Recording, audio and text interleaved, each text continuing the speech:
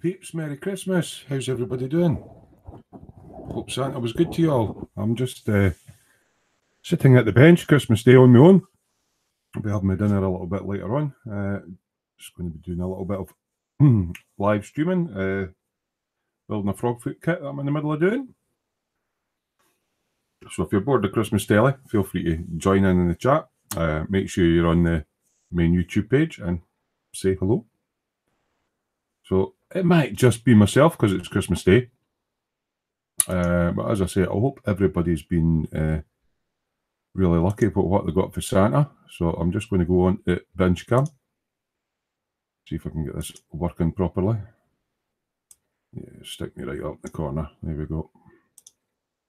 Yeah, so I've been working on this wee kit for a wee while now. Is it white now? SU-25 Frogfoot. It's made by a Czech company. It's not the best of kits. I'm doing it for Mark over at Smoo Surgery's waiting rooms, Russian built. So I have already been. Oh, hiya, Paul. How you doing, mate?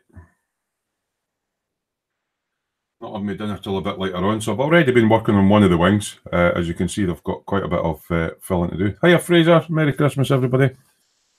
Been working on one of the wing roots and the join on the fuselage, and I've got my nav light and my landing light all in there, and the associated wiring coming out. So I've done that with one of the wings, whilst I'm waiting on all this putty and everything drying. I suppose I better start for the other end. So I'm currently, let's see, it's all a bit light and bright in here, isn't it? Yeah. I'm in the middle of trying to affix this LED into the wing. Oh, the super glue might have caught it actually. I've been fiddling about with it and it didn't quite want to catch. I'm just trying to set this little LED in here. So I'm going to use, that's a wee bit super glue on that acetate. I'm going to get some of this stuff out. How you doing, John? How you doing, mate? Well, why does everybody start pinging me now?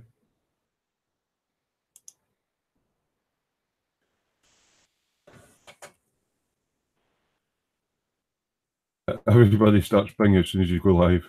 So yeah, quiet Christmas for me. My mum passed away a few years ago, so it's Christmas Day alone. That's one of those things. So I do have stuff for my Christmas dinner and that. So I've got a couple of nice presents that were unexpected. I'm just going to get some of this glue in here. Yeah, I got a couple of nice Christmas presents that were unexpected, so that's cheered me up for the day. But yeah, Christmas is a bit of a bah humbug for me. I didn't really bother with it too much. Right, I need a little bit of something to wipe that away, said that just to the bishop.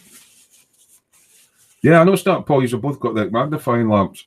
The ones I used in the electronics were a bit bigger, though. But yeah, I could see myself getting one of those. Like, they look quite good.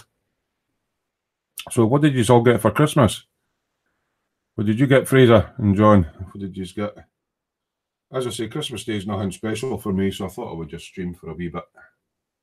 Get a little bit of building done. And stuff on the plane. But yeah, I got a rather nice, unusual wooden bike kit off Chris and Megan. And it seemingly it has working bits on it, so that'll be a bit of fun for me to try. What did you get, John? And what did obviously I seen what Paul and that got because they posted it up. Where did I just put that glue? I'm totally useless. Where did I put it? I had it a minute ago. I bet you I'm looking at it. I can't find it. Oh, there it is. I put it up on the shelf. What a silly Billy. So yeah, I'm in the process of securing this little green LED in the wing at the moment for the nav light. So just bonding it in to make sure it's not going to fall apart when I put it in. So all I've done with it basically is super glued it into place at the moment. I'm just backing it up. The GS Hypos broke it away, but here we go. And this stuff takes a wee while to set anyway, so I'll probably be fiddling about with that for a wee bit, so it gives me plenty of time to chat. Yeah, I basically waited till it went to 12 o'clock last night and went, right, bedtime. So, yeah. And I'll do myself a wee bit of cooking later on. One of my mates gave me something quite unusual. Fraser saying, money, what's that? Daft body was and a shirt. Daft body was? What's daft body was, mate? Can you say that in English?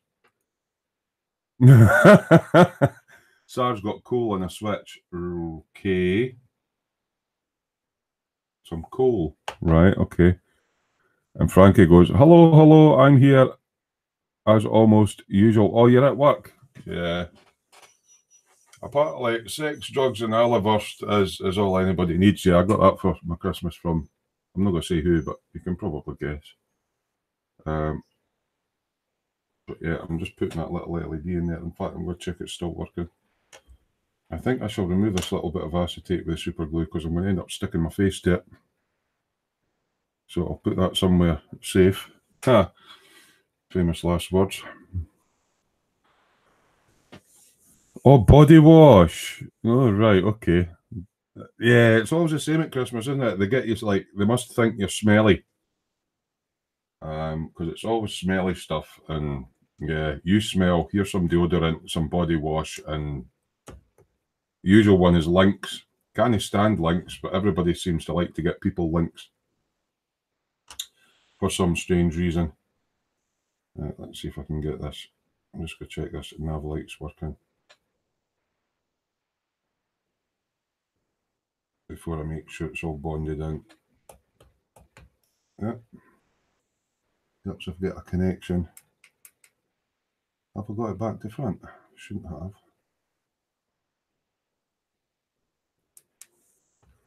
Right, where's me? Got wee ones of these wee grips on. Excuse me, I'm going to sneeze. Oh dear, excuse me. Clean up now, 5. Yeah, I've just sneezed everywhere. Greggles and yuck. Shower, bath and soap stuff, yeah. So Frankie's working today, looking good. Yeah, I was just watching Paul and that over at ISM opening all their birthday goodies. Birthday? Christmas? Terry, where am I? Why am I here? Yeah, let's see if I can get this tested out, see if it's working before it all sets into the wing. Oh, that's snapped off. That's possibly why that's not working anymore. A wee broken wire. Not a problem. Right.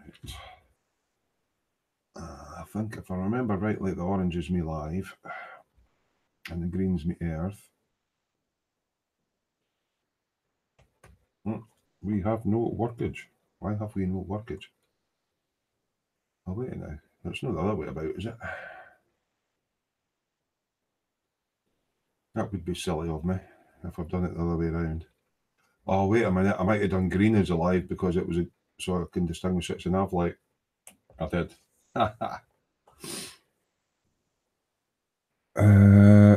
Jess is in. How you doing, mate? Merry Christmas, Terry, and everyone in chat. Bless you. Right, so this little LED that I've got in the wing, the green nav light, that's for the right hand or starboard wing. As you can see, they're quite a bright little thing. So all I've got in there is I've drilled a hole through the end of the wing so that hopefully when that sets with the glue and I glue everything together is the idea behind it. And there's only the little hole at the end. Yeah, obviously you're going to get it leaking out at the moment, but the green nav light comes out the end of the wing. So that's what I'm doing there.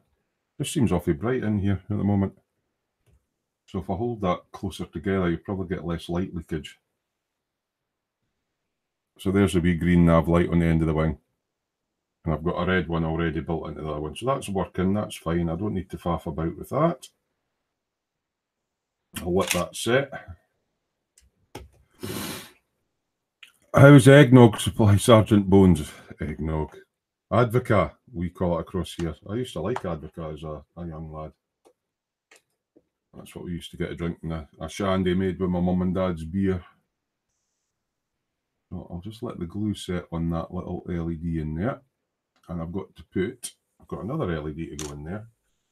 I've scratch built a little, if I can find it. There it is. I've scratch built a little, God, it's going to white out like mad, but I don't, that way. I've scratch built a little landing light, same as what I've done on the other wing, because when this plane comes into land, this little nav light thing pops down. The landing light pops down. And in the actual kit, the only detail it gives you is that round circle, which a clear bit of plastic goes into. So I just scratch built one out of some plasticard and tube. So I need to affix that in there and drill a little hole through for the wiring to go through. So I'm just going to drill that hole. Frankie's going, nice work on the nav light. Yeah. So I've got green on one side and a red on the other. I'm going to, once it's glued in, I'll affix that so I can't pull the wires out. But at the moment, I've got some GS hypo in it. It takes about 10 or 15 minutes to go off. So now I'm just going to drill a little hole at the back of here for the wiring to go up for my little scratch built landing light.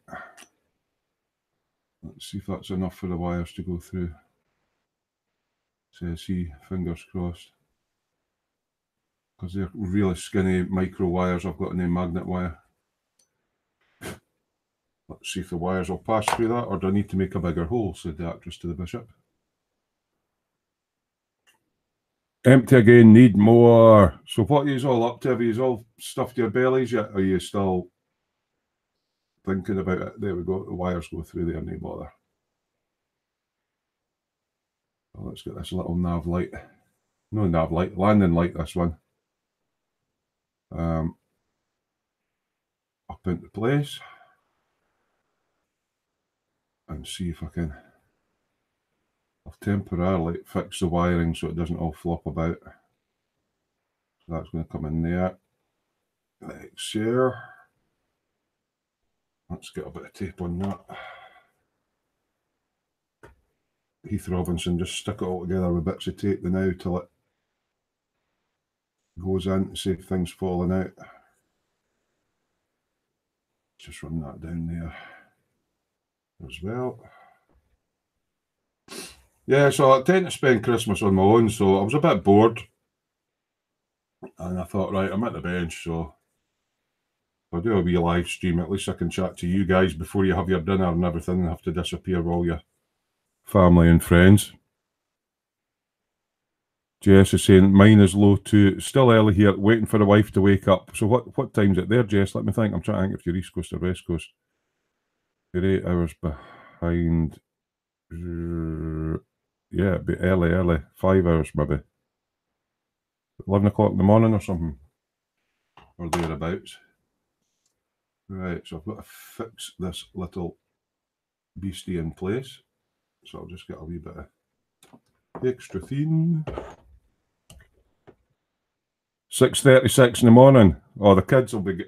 See, at that time in the morning, I would have been jumping on my mum's head to get them out of bed. Right, let's try and get this straight and in the middle whilst it sets. Yeah, I'd have been jumping on my mum's head in the morning to wake them up. Maybe I need to go in with the quick stuff. Let's go in with the quick stuff. The extra. Read all about it. So it'll go off a bit quicker. Just make sure that's straight and in the middle, kinda, sort of. Maybe it wouldn't, couldn't, didn't it? Right, so I'm just going to sit and try and hold that like that for a second. Cougar Model House is in. How you doing? Merry Christmas, Smoo, everyone. How you doing, Cougar? That does sound like a naughty bar, like. It definitely sounds like a naughty bar. Welcome to Cougar Model House. Just keep slipping money in the ladies' thongs. You'll be fine. Right, I think my fingers might be the best thing to hold that. So yeah, what did you all get? I've seen obviously what Paul and Sue got. Sarge is saying he's just got coal on a switch. So what's the switch for? Fraser's got like smelly stuff in that. And Idaho doesn't know what he's got yet because obviously it's early across there in America, so it's just hitting up for Christmas Day, isn't it? Yeah, so I've shaved my beard off because Santa's been. I need to get the angle of that right. Just tip that forward a little bit. Is it catching now?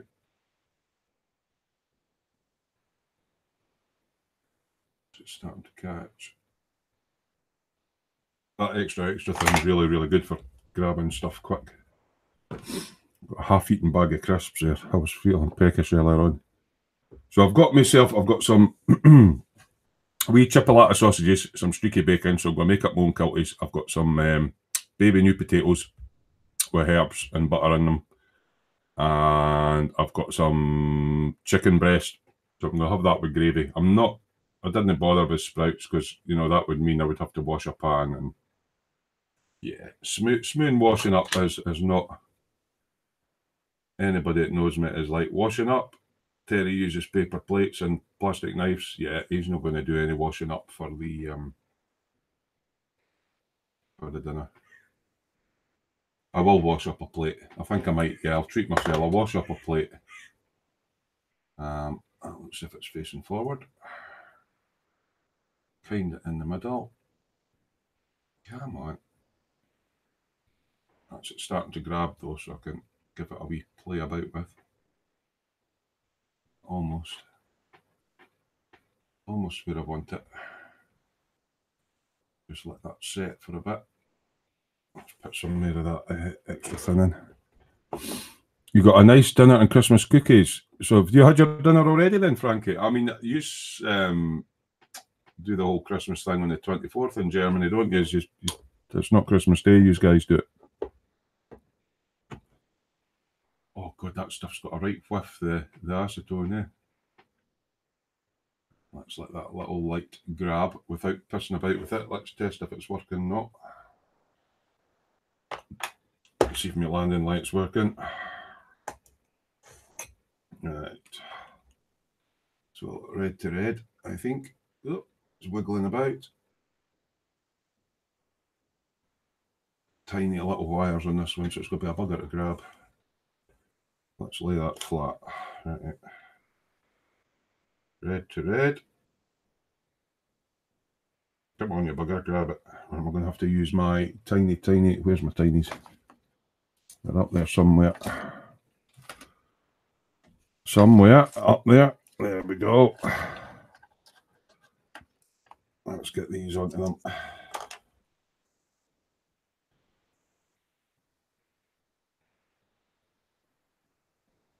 Get that one into there.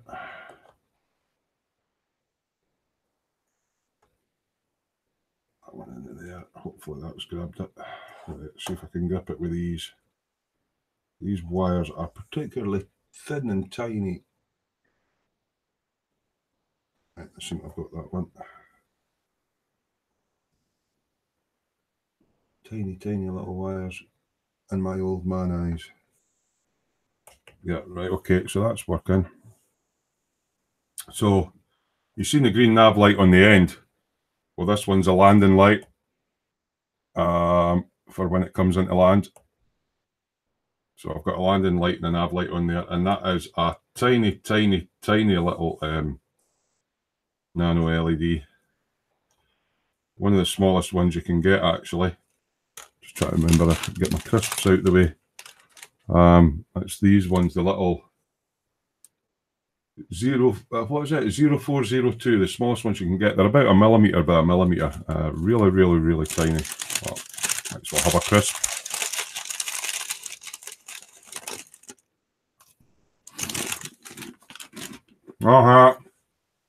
Idaho, I'm ahead of you, mate. At the risk of being a rivet counter, don't forget the glare shield plates on board of the landing lights. You mean these ones, mate? These glare shields. Is that the ones you're on about? Yeah. They kind of go in last because obviously I'm putting the lights in first and I've got to sand all the wing down and everything when I glue it together. So they kind of go in last with anti-glare plates. But yeah. Well ahead of you, mate. But you can't put them on. There's no point putting them on if I've got to sand all round the seams and everything because it's not the best fit in the kits. And yeah, I've got to do a bit of sanding and rescribing and everything on that. So what I'm just going to do is I'm going to put a little bit of this GS Hypo on the back of that wire as well, just to give it a bit of support. There we go. That can sit like that. Stick it like that. Will it balance? Yep. I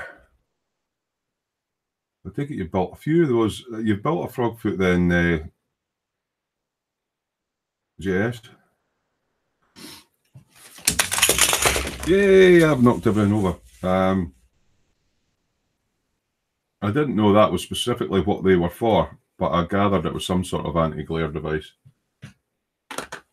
Me not being au fait with all the aircrafty kind of stuff. I'll put that super glue away now. I mean, this is my first aircraft in over 30 years, so yeah, I kind of figured that it was some kind of shield thing. Obviously, the pilot doesn't want to look back on the wing and see. Oh, I don't know, it helps if I'm on camera. The pilot doesn't want to look back on the wing and see the light shining, so it's got a little anti-glare thing at the side. I take it that's what you're on about. But yeah. But it's not on this one because I'll have a bit of fettling to do in that one.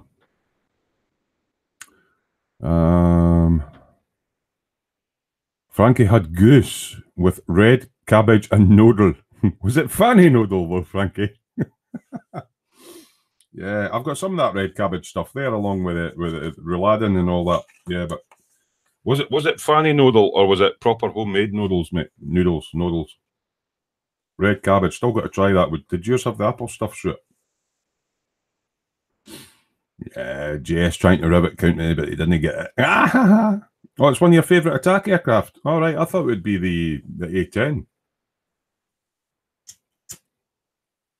Because it's kind of the Russian equivalent of the A10, isn't it? I mean, here's me sounding like I know what I'm talking about, and I don't really, but yeah. So, right, I want that back a bit. I don't want that sitting quite where it's sitting at the moment. I want a little bit of gap between the wing edge and the light. I think I've got that kind of looking how it's supposed to be. And now it's right. I did have a nice bit of foam to stick this on, but I can't find it. It just keeps the... Apologies if this wipes out the camera. It just keeps the light off the bench a bit. Actually, what else could I use? Something that doesn't wipe everything out would be beneficial.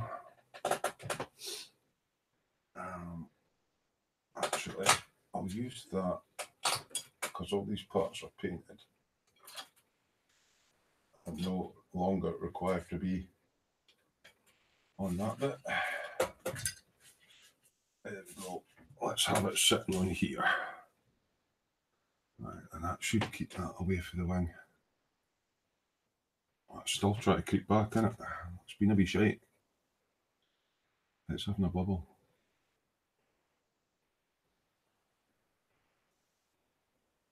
It will set in that position. Right. So yeah, I got a couple of presents for Christmas that I wasn't expecting. Second to the A10, of course. Yeah. Right, this stuff's definitely going to glare out the camera. This is sticky backed aluminium tape. But it's brilliant for these little jobs.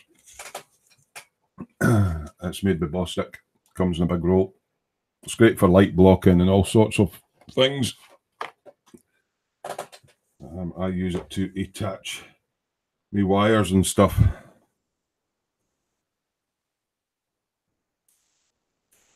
Never built an A10. I mean, I'm not really a fan of jet planes as such. It's just I won this one on the E-models thing, so I thought I may as well build it. Right, I need to find my tweezers with the sharper point, which should be over here somewhere. But it's not the best of fitting of kits, this. It's a Czech manufacturer that makes it. That's testing my skills for rescribing and all that sort of thing. Right, so let's get some of this tape off of here. And that tape off. So once you've all got your Christmas dinner out the way, you're all going for a sleep, or you're going to be at your man cave building stuff.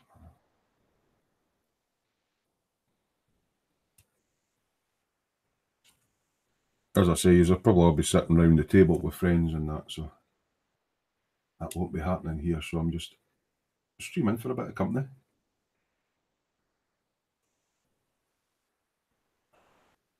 There we go. I'll keep that for Ron.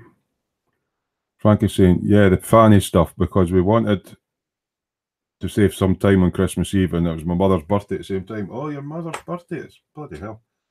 A busy time for you then.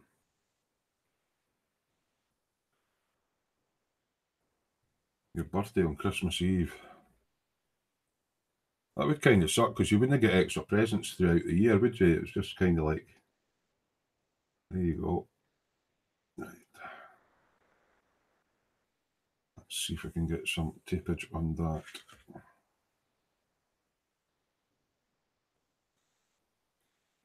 Peel this back. With a bit of luck, with my old man eyes, kill my daddy. I need to stop saying that. I don't know why I've started saying that, but oh, now this stuff sticks like a bugger. So I've got to get in the right place straight away. It also helps a little bit with light blocking. Let's get the radius on that so it'll stay in the wing.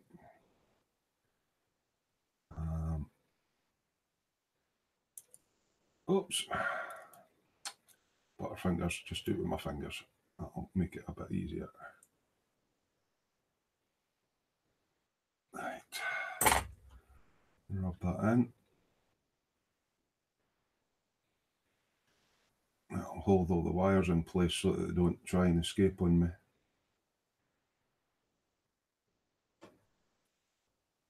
There we go.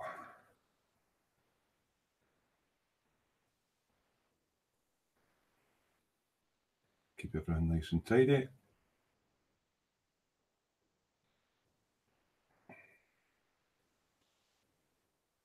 Obviously, you're not going to see any of this, but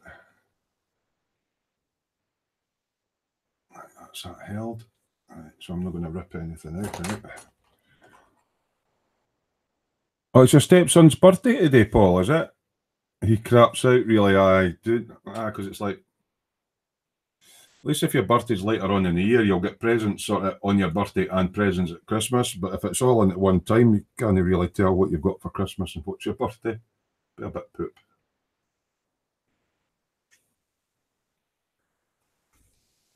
Right, so I want them running right down the middle of there. Now I'm just going to check this lights. It's creeping forward again. It's been a wee shite. It wants to keep leaning forward, and I don't want it leaning forward. Will comply. Slightly back a bit. Yeah, so I'm just going to have that running right down the middle of the wing like that, all the wires. And in between all the bits for carrying ornaments. Now that actually looks as if that hole hasn't been drilled through. It hasn't. Might as well get that now. One of the holes for the... Try to remember what they call those parts again.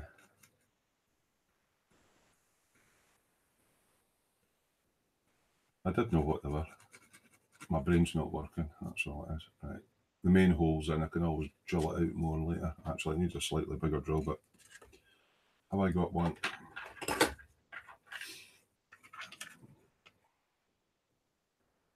What's Frankie saying? We've stopped making big presents to each other. More important to spend time together. Yeah, I think once the kids are kind of grown up, there's no really any need to get lavish presents and everything. Well, there's more than one hole that's not been drilled through. Yeah, I know when my daughter was younger, you make a big fuss, but as you get older, it's kind of like, I would rather wait for it. I mean, I've not got a partner just now, but I would rather wait for the sales and see what you can pick up. Right, that one's not been drilled through either, so let's get that one drilled out and all. There we go.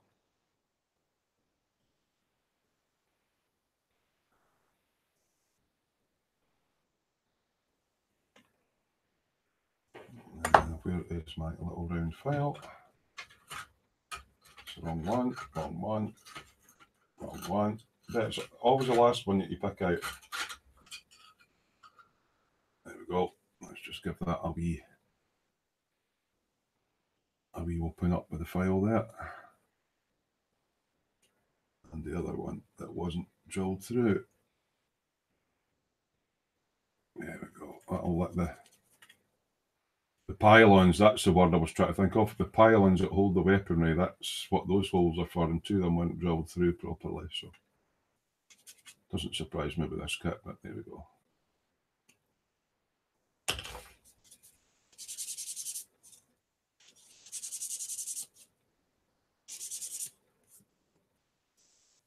Well, that's the pylons all cleared out. Is this playing ball now? Is it still creeping forward? Sit like that, you wee bastard. Oh, right, let's get the rest of these wires taped up.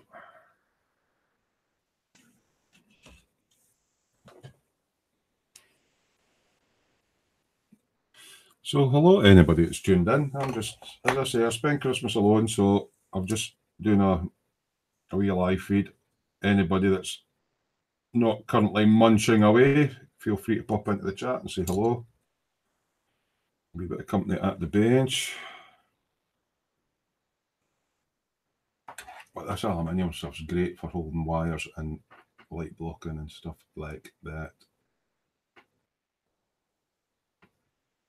If you can get it to separate for the backing paper, that is. No. Just do it with my fingers, it seems to be easier. Right, so I want that going like that.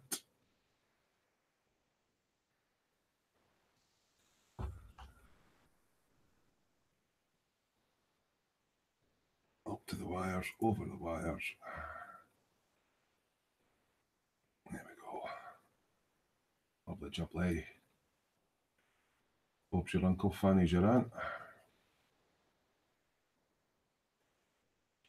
So did anybody get anything unusual for Christmas that you weren't expecting?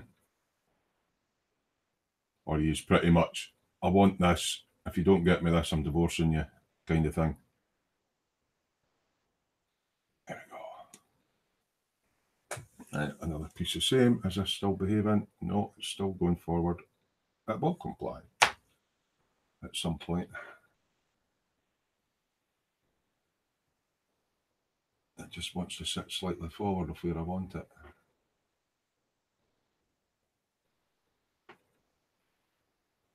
Oh. Straighten that up a bit. Tend to find that plastic card's a lot softer than the kit's on plastic, and it plays up sometimes, but there we go.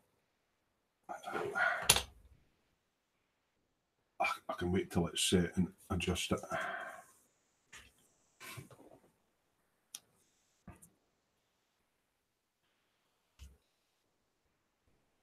I maybe need to clean my camera, but it just seems awfully bright, doesn't it? Yeah. Mind you, I have put I've got another two. I have put a new fluorescent tube in my lamp because I was told it's supposed to be a daylight lamp. They'll lose their effectiveness after a wee while. But I'm finding it's a bit bright. It's great for modelling, but it's just a wee bit on the bright side. Right, let's get another bit of this on. Come on, Dad. Come here. Try to catch the corner out with the tweezers. It's a bit of a fiddle. There we go. Got you. Got you. Got you.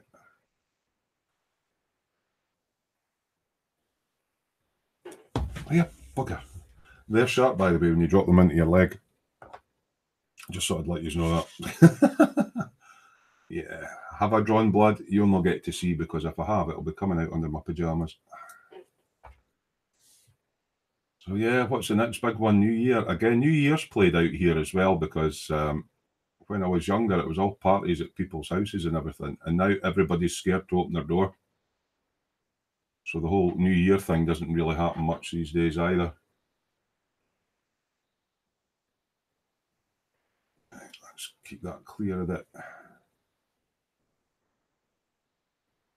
The hole, give it a wee rub down. Got to keep it clear of the hole or you get into trouble. Ah. Right, so it's almost taped into place. One more. One more bit of stress relief before it goes through the wing. That was sore. Ouch.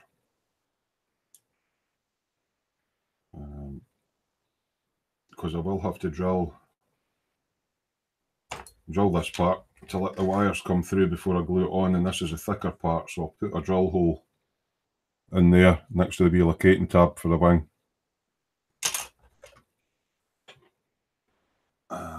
Before gluing the wing halves together after putting a little bit of light blocking in them.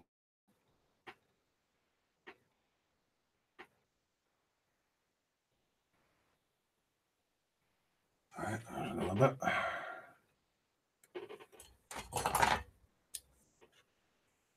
So last one before it goes through the wing itself.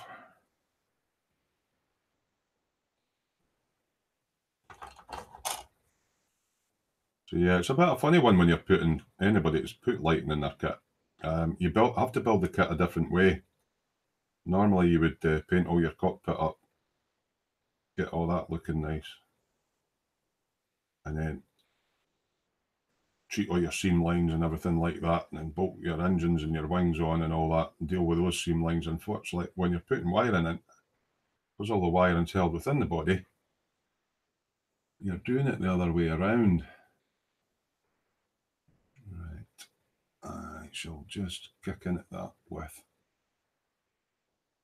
because there's a electrical contact at each end of that LED there, I'm not wanting to put the aluminium foil across there. So I will just black it out with some Steiner's, which I happen to have in a wee pot here. So let's take this drill bit out here just now. Actually, no, I've still got to drill through the wing. Right, so that's going to come through. Let's just check. Slightly to the side of there. I'm going to need a hole in there.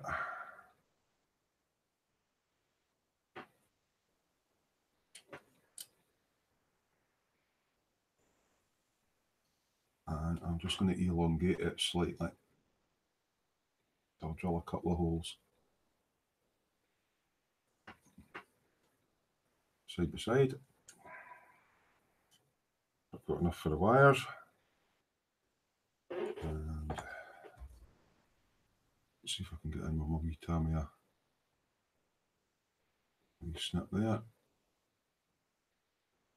Wee snip there, get the craft knife out.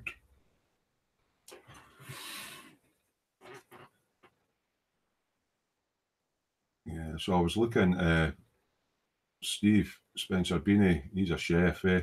I was looking last night and he posted up all his prep for his Christmas dinner and it looked absolutely fantastic. I know my mum used to make an awful fuss of Christmas and it was all the turkey crown and everything. And yeah, my leg is nipping where I dropped those tweezers. So it's obviously dug a wee hole in my leg. So there probably will be some blood there. I've been quite lucky. I didn't really tend to drop knives, but those really, really fine tipped electronic tweezers make a bloody mess when they land on you. I'm just fettling this out, opening the hole up a bit so that the wires can go through no bother.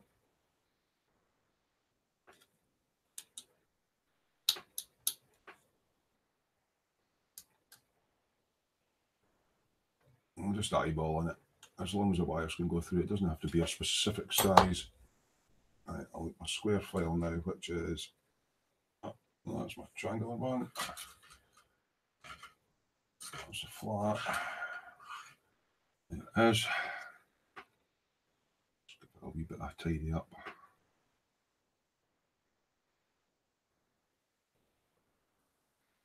So what are you all up to? Stuffing your faces? Any's got young kids or anything? It used to be quite funny with my daughter, because in Scotland we have a tradition of putting one of your dad's socks on the bottom of your bed, and Santa comes and puts something in your stocking. She was terrified of the idea of a strange man with a big beard coming in and leaving stuff on the end of her bed, so we had to leave it on the door outside her room, which I thought was quite funny. Taking any sharp edges off, I'm not want to cut through any of the wires or anything. Right, that should be enough to pass all the wiring through it. But I then also, because that's going, this is the time I need to mark this one. Right, let's get this out. This is then going to go onto the engine part of the wing. So I need to also make a hole on there to allow the wiring to go through as well. So I'll get that done. Let's just get this tape off that I had together for a little bit of fettling to see if it all fitted. As I say, the kit's not the best fit, but I shall endeavour to do my best. I've been using Mr. Surfacer 1000, and I've been trying out this Mr. Hobby Dissolve putty. I'm quite impressed with the putty so far. It's quite weird. It goes on kind of clear. And you think, oh, well, nothing's filled there, but then you go to sand it, and it's, yeah. So I'm at the sanding stages on the other one, eh? And going across there we go. Right. So I need to make sure that the hole that I'm putting through on this wing, whoops, lines up the hole on that side. So I shall just kind of hold it in place and see if I can mark it with this drill at that end. No, it'll mark it at that end. There we go. There's two wee marks. Let's drill these out.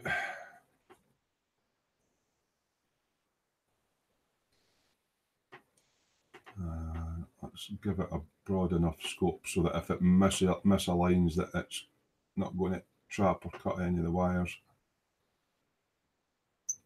Again, it's just a bit of guesstimation.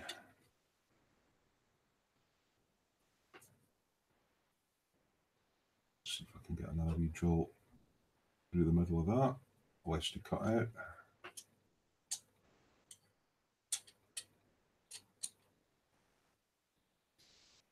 There we go. Snips. Just snip through the dots.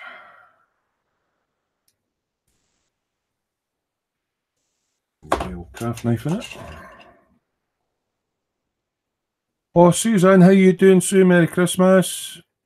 It's your son's birthday today. He should have been born on 23rd, but in true male fashion, he was 2 days late. Paul's in the cave at the moment, but waiting for the grandkids, and then all hell will break loose. Ah, but it's good though. You'll spoil them rotten, I bet you. The only thing is there'll be no Christmas pies left because Paul's ate them all because he likes a pie or two.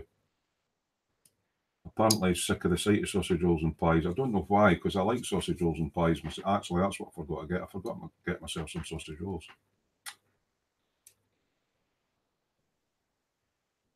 I forgot all about the sausage rolls.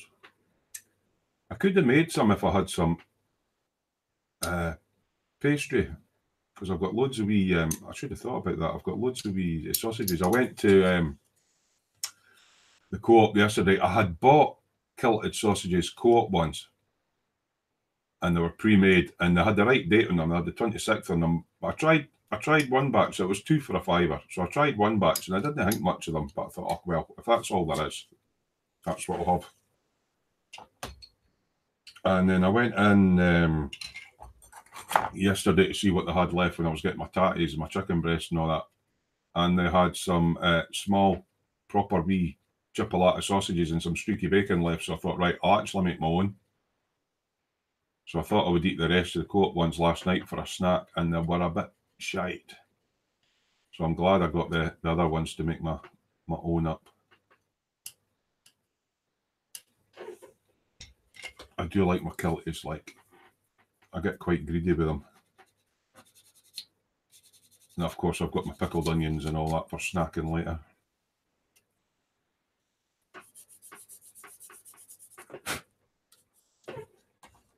Right, let's get this tidied up again.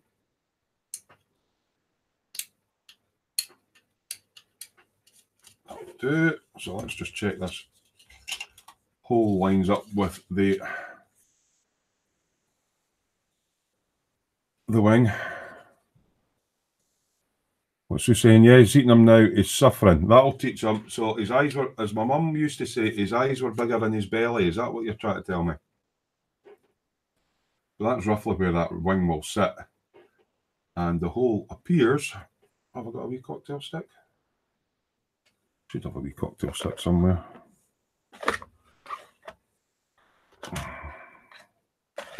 Just checking the alignment. If I can get a cocktail stick through there, which I can. So that's in line, whilst I can line that up for the wiring, and I've still got a cocktail stick through it. So that's going to be fine for the wiring there, which is excellent.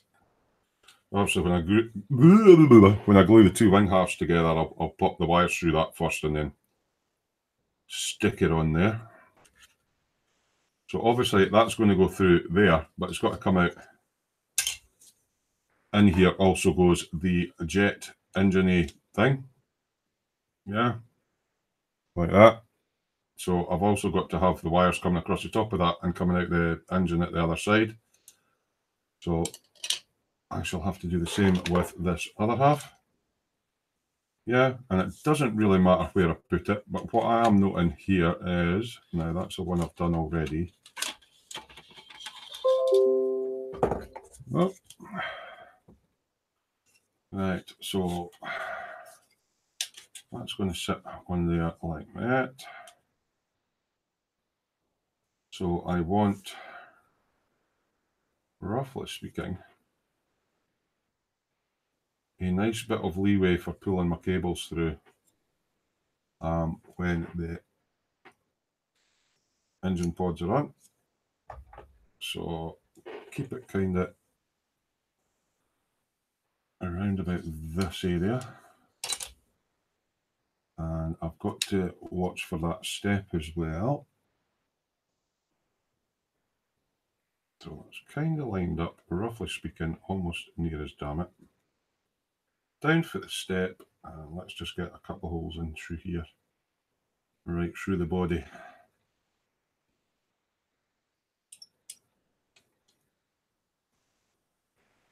Right, so that's that one. Let's do another one next to it.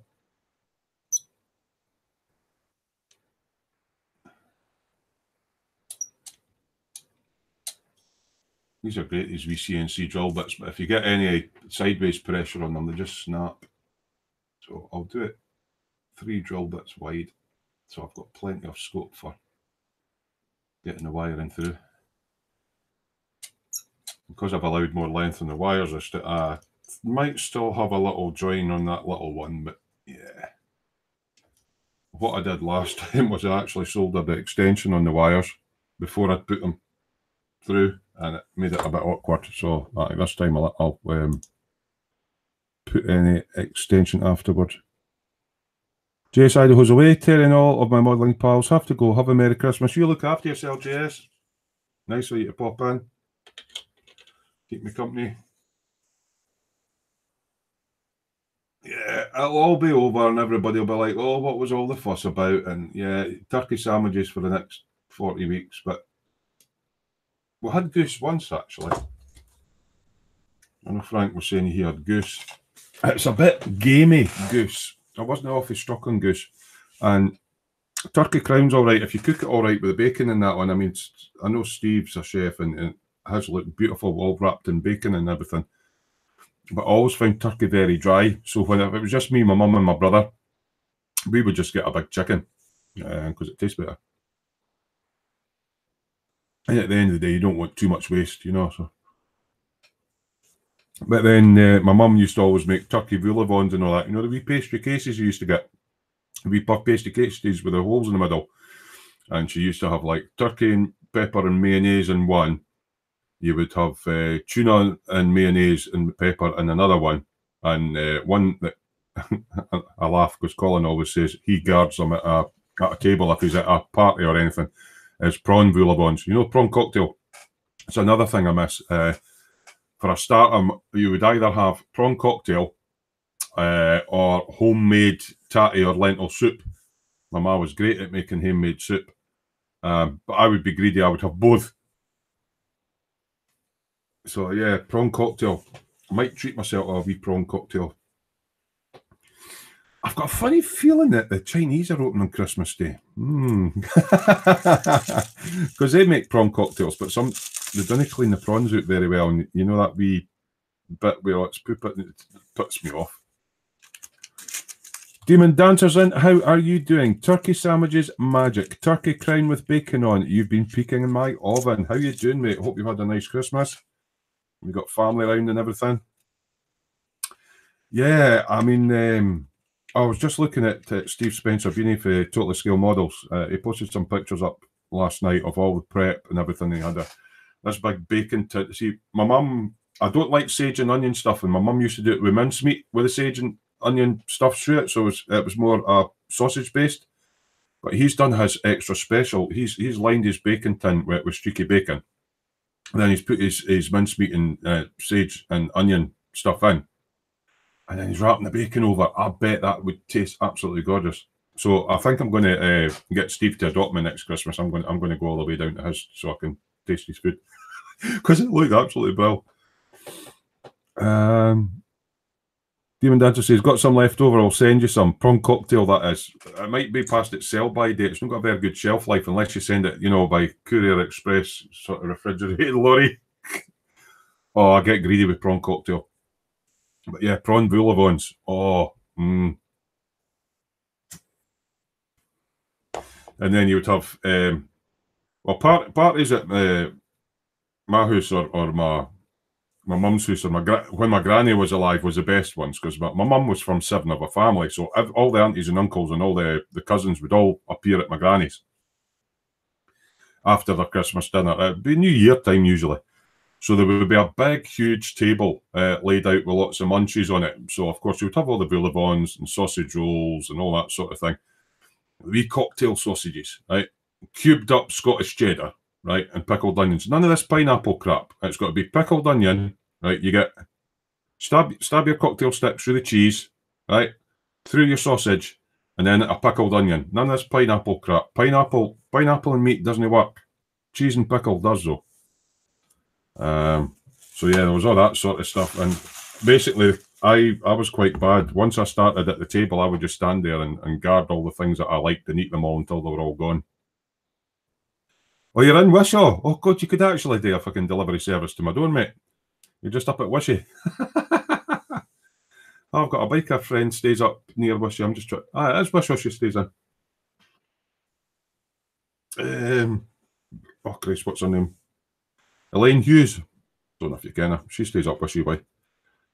The one that rides a bike and is always going, because she's got really bad tinnitus. Or tinnitus, whatever we want to say it. Yeah, I quizzed her one year. I says, why do you keep saying She says, I can't actually hear what you're saying because I've got really bad tinnitus. because she just keeps standing there. It's a wee blonde thing. Yeah. Oh, you're just up in Wishaw then. That's cool. Another Scotsman.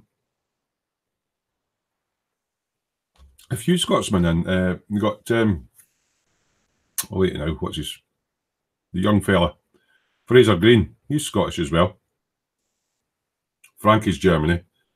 Have a guess where JS Idaho was from. That's oh God, that live show I was on. I went, where are you from, JS Idaho? Oh, hold on, the clues in the name says Colin. All right, cheers, Paul.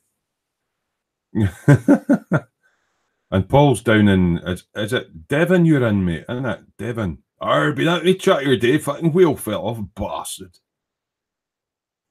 Yeah, so Frankie's in Deutschland. Sergeant Bones is originally an American. Ten Hood. But he's living in Deutschland as well. Obviously, yeah, Sergeant, I meant to ask you that. Obviously, you've ended up in Germany. Is that because you were based there? And then you come out the army and you liked it and stayed there? Because it's a beautiful country. One of these days I will get myself a touring bike and go there. Roddy Hobby Corner is in. Merry Christmas, everyone. Merry Christmas, Roddy. I hope you've had a really nice day. Did you get anything nice for Santa? North Devon, yeah, Paul. Right, okay. That's a nice part of the country as well, isn't it? It's quite rural. Yeah. So I'm having a little bit of festive cheer. Cheers, folks. Merry Christmas. I had one can of beer last night, one vodka and Coke, and some kilted sausages and some cheese, and it got to midnight. I went, fuck it, I'm going to my bed. I was like, bah, humbug. Got a really cool kit off of got a couple of cool things actually. Well, I've got a t-shirt that I've got on, which is Sex, Drugs and Alawurst is all we need. So yeah, I'm not going to say who that's from because he doesn't want to fuss made it, but yeah, thanks for that. It's cool. So it's all about big sausage. Sex, drugs and a big sausage is what it's all about. So apologies if this whites out a bit. Oh, Bjorn's in. How you doing? Merry Christmas. Hey ho ho. I haven't heard of this company before, and I'm going to try and angle it so it doesn't white out on the camera. It's a wooden kit. It's made by a company called U-Gears, and it's a bike, and it's all laser cut plywood. But apparently, now I've put a wee video up. Apparently, you can wind it up and it scoots off on its own. I've never seen anything like that. So that was from my big biker mate Chris and my tiny wee biker mate Megan. They popped round with that the other day. So I'm looking forward to doing this kit, and I think I'll do it on a live stream because it's something different. I've never done a wooden kit. So yeah, I'm going to do that in the live stream. But the buggers brought me something else as well. Now, I've been watching Chris for Gross Models live streams when he did his Metal Earth kits. Hold on, what's that? Demon Dancer, just spent some Christmas money. Meng World War Toons tank. Santa and a Sherman tank. Does it actually have a Santa in it, or are you going to scratch build the Santa? Beyond saying his stuff like a turkey. See what you did there, but you're going to have to get your coat, mate. That's a bad one. What's Roddy saying? Yes, got some good stuff tomorrow. To the hobby shop, do some shopping. Yeah, will there be any sales on, do you think? Because it's always the same. It's like run up to Christmas, and especially if you've got kids, they want it to open on Christmas Day, and then you get the Boxing Day sales and all that, and everyone's bloody £30 off or whatever. It used to do my head in. So I used to always just wait for, used to get my daughter stuff for Christmas, get me and the wife, you know, a wee present, but we would hold the bulk of our money off for the Boxing Day sales. But I do like what they do in Germany. Both Sarge and Frankie will attest to that the Germans actually have their Christmas markets and Christmas sales on the lead up to Christmas. So you're not paying through the nose for stuff. Meng World War Toons. But did you get the pink Sherman? So anyway, I'd watched Chris for Gross Models.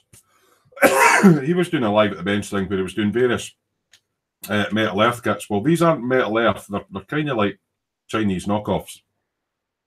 And I thought on that one, I thought, oh, cool, that looks like a little go-kart. That'll be fun. and this looks like some fancy, you know, car. I posted them up. This one is a digger. You won't see it on this, but I have posted it up on my Smoo's Workshop page if you want to see it. But it's an excavator digger, and this one is some sort of 4-tracked battle tank. Now, I've never done anything like this, and I will probably swear, so I don't know whether to do these in a live or not. But here's the digger. Yeah, it's an excavator type thing, but there is some English on it, but it's a bit vague. So I don't know whether to even attempt one on a live stream, because it's just going to be me swearing at it. But they're quite nicely made. It's just wee bits of shiny. I would say it's thinner than photo etch. Loads of shiny wee bits. But so it's something different for me to try. It's beautifully engraved. And all that. So it's something different. So yeah. Although I thanked Chris, forget me that. He got me it for my birthday and forgot he got me it because he got one for himself. Thanks for that, Chris, but you are a bastard because you just know I'm going to swear at it. But so I've got a couple of wee. So that's something different that I can maybe do in a live, maybe do in a live stream. I might swear too much, but I've got a couple of those. But that was really for my birthday. And I got something else unusual that I haven't done before. Again, I've posted it up on the Smoo's Workshop thing. I haven't done a paper kit before, so this is a German. Das Herkulesbauwerk in Kassel. So it's a building in Kassel. I don't know what Herkulesbauwerk means. It's a paper model in 1/300 scale. It gives you a bit of the history of it, but it's all in German. But we'll attempt it. Das Herkulesbauwerk liegt als Zeichen Kassels in Bergpark. Yeah. But it's really quite impressive. I mean, we've all been on about these paper kits, and I mean, I didn't know this was coming. It's kind of auf Deutsch, and I don't know if I have to laminate it to card first, but it's quite stiff sort of card paper stock. And it's beautiful artwork on it. I'm just going to flick through it. It looks pretty straightforward. I'm hoping that I can just do it with PVA or something like that. But it's a decent sized kit, so there we go. I'll have a wee go at that. I don't know if I would do that. That could be something I could do as a live stream as well, isn't it? But never done anything like that. And everybody's talking about paper kits at the moment. So yeah, I'm really chuffed with that. But that's something for a bit later on. And it was quite interesting. There's all this writing on the grass, but I don't know. That is actually written on. It tells you what all the heights of the different parts at so many meters. And I thought, that can't be right, but I think it is. So it builds up into a lovely, as I say, Herkulesbauwerk. I hope I've said that right. A beautiful building that is in Kassel in Germany, which is where a certain YouTuber a certain follower comes from. But yeah, something different. So that's what I got for Christmas. That's it. And my T-shirt, the paper kit, and the wooden kit. But it's more than I was expecting, so I'm totally grateful to everybody that did that.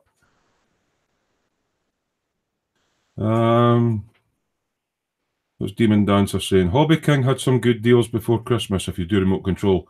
I'd love to, but it's a bit out my price range. I've walked into Wonderland Models and they have some beautiful, I like the trucks, the remote control trucks, the Arctics, the class ones. Give me a sec, I'm just going to turn my heating down. It's getting a bit warm in here while the lighting on. 2 seconds. Oh, bang, wallet.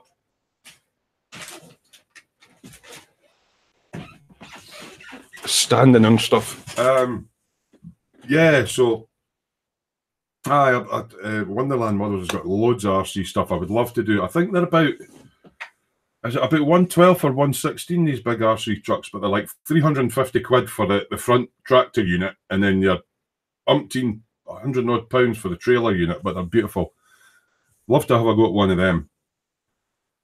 Rob B's in, season's greetings, mate. Merry Christmas, Rob. Nice for you to pop in. As I say, I'm just spending Christmas alone, so I thought You know what? Rather than me just sitting on my own, I'm going to be at the bench anyway, fettling this plane. Need to get on with it for Mark's Russian build. So I thought, why not stream live? Whether I get much model making done or not is a totally different thing. Bjorn is saying, I'm saving all my money for a new laptop. €450 to go. What are you getting? Are you getting an Apple, mate? Or are you getting a Windows PC? So you're saving up for a new laptop. Roddy's saying it's a special to do those metal models. I made the Millennium Falcon. Yeah, they look a bit fiddly, mate. And me and tiny wee fiddly bits of metal and tweezers, it's just going to turn into ping smoosums. Yeah, bleep bleep. Yeah. So I don't know if I could do it live without swearing too much, but then I swear anyway. Roddy's saying that looks nice. There's a guy in the hobby club I'm in that makes a paper tank that looks very nice. Colin got some cracking ones. He's got a big Bismarck and a helicopter to do. I didn't really think I would be into paper models at all, but I mean, when you get one as a gift, I thought, oh, it looks nice. I'll give it a go. I don't know if I'll be any good at it. It's a different thing. It's just a building. Frankie says, Bouwwerk means building. Hercules is the name of the monument building. Ah, right, okay. So Bouwwerk is building. All right, okay. So yeah, it looks cool. It's just something different, isn't it? Something different to do that you don't normally do. That gives you something to fettle with while you're at the bench. But yeah, that was my Christmas. As I say, normally I don't get anything at all, so I was quite chuffed to get a couple of wee bits and bobs. I actually opened them just after midnight. Opened them after midnight and went, yay, Merry Christmas to me, and then went to my bed. Oh, there's my square file. So much fuss about nothing, but yeah, it's nice. It's nice when you get something to open up on the day. My brother has probably got a hangover. He said he was going out for a wee drinky poos. I was going to go down to the bowling club last night. They were open on Christmas Eve. But I went up to the shops on the bike, and after riding the bike with both feet down at the side because it was a sheet of black ice, I thought, right, it's a bit cold. It's not worth going out the house. But they've got a band on or something this Sunday. So I think I'm going to make an effort to get out the house for a change and go and see the live band and socialise with people for a little bit, which would be quite nice. So we've got 15 folks sitting in just now. Don't be shy. Come onto the main YouTube page and you can join in the live chat. Didn't think there would be many folk on, actually. As I say, I was watching Paul and all that, opening all their presents on the ISM. They got some cracking stuff. They do, it's like a Secret Santa. So they'll all set a budget and then they'll draw names out of a hat or whatever and then send gifts. Quite interesting. One guy got two of exactly the same thing. I think there may have been a slight technical error there, but can't grumble at 2 tanks, you know. Trying to remember who it was now. They've got the 2 tanks, but that looks a bit squint. I'm just going to... Doesn't really matter what size these holes are because they're going to be hidden by the engine pods, whatever the correct terminology is for those. I don't know, but it's a plane, it's a jet plane, and the jet engine bits go into what I would assume are engine pods. So this will give me plenty of leeway for passing wires through if I haven't got them perfectly matched up.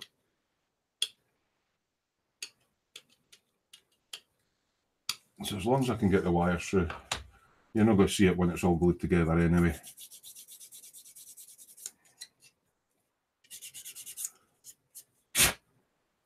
So plans for the new year, as in next year, modelling wise, I need to try and get some of the builds finished that I've started.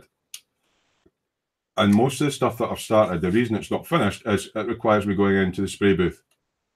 And I had managed to get a couple of things done when the weather wasn't quite so cold, but having the window open for my vent here makes the modelling room really cold. But I've got so many things that are in the final stages that a couple of days in the spray booth, I could probably finish off 2 models pretty damn sharpish. I'm kind of not wanting to do them because it gets bloody cold. Bjorn, Rat Pack 30 is going for a Windows PC, £1,300. I think I was £1,300 for this laptop about 6 years ago, but it's an Asus ROG gaming laptop because I like a wee bit of gaming. But yeah, they can get expensive. I've also got, I like building my own PCs as well. I've got a gaming rig in my living room that I built myself, but it's a bit dated now. It still runs the games quite well. It's got a decent graphics card in it, but it's not onto the latest chip technology, all your i7s and all that sort of stuff. This one's an i7, so it's all right. I've had to strip it down once already. It was going into thermal shutdown and kept switching itself off. And I had to strip it, clean all the muck out the fans, but it turns out the thermal paste that they used had dried out all the heat sinks and the CPU and the graphics and that, so I had to renew all the thermal paste, cleaned all the fans out, put it together, and it's been brand new ever since. I put it upgraded it with SSD hard drives and all that, so this is what I actually host the lives on and do my gaming on. So if it was to blow up on me now, would I get another gaming laptop? Yeah, I would get one for the same company actually. But a standalone tower unit is much easier to upgrade if something goes wrong. I mean, the tower unit I've got, I've had probably 3 or 4 different motherboards in it, so I have no problems. That's quite interesting. It's actually got the logo of the, what's the name of the company again? Kovazavody Prosjev, a Czech company. So it's actually got the logo of the company on the inside of that. Right, so I now need to check when that's like that and this goes on here, that I can pass the wires through into the main body. Have I got it almost right? That's going to line up with there. No. I'm quite a bit out of line. I need to come up a bit and across. So I've bulged that up a bit, but it doesn't really matter because you're not going to see this bit. Let's come up and across a bit so that none of the wires are going to get trapped. As I say, it doesn't have to be too neat or too accurate at this point, but the wires need to be able to come through into the fuselage.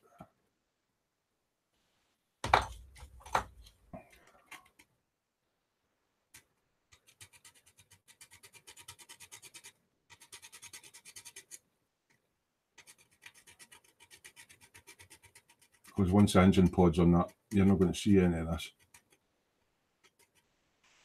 I could have probably just taken a 1/4 inch drill and went, but yeah, bit fit length. It's a bit brutal when you're having to hack your kit apart, but yeah, this is all stuff that you didn't see, so. I'm just going to catch up on the chat in 2 seconds once I've got this wee bit sanded and checked. Because they're busy chatting away in there. Now, obviously, I know where most of the regulars are. Where's Roddy from? And Rob? Use UK. Oh. Right, let's check this now. That when I put the other half of the engine bitty on, that I'm going to get the wires through. I think next time I'm going to concentrate more on getting these flush. That's definitely better. The wires are going to go through there with no problem, right through into the body. So that's excellent. Excellent. Right. So I've got all my holes drilled, all my modifications done. the glue should be set on these two LEDs, which I've tested and are still working, and that's all taped in. But because that LED is mounted inside the wing, it will have a tendency to light up and glow through the plastic inside. So I am just going to use a little bit of black Stino Res as light blocker. So I'll just give that a wee shake up. If I can find my little paint palette, that would be really handy. But I don't know where I've put it. Where have I put it? Oh, there it is. Apologies, it's aluminium, it's going to shine, but there you go. Or, oh, Roddy, I keep forgetting, Roddy, you're, oh, I'm trying to remember your name now. I can say your name, but I can't remember what it is. I forgot you're Belgium. Aye, about 40 minutes for Vincent. Oh, it'll come to me.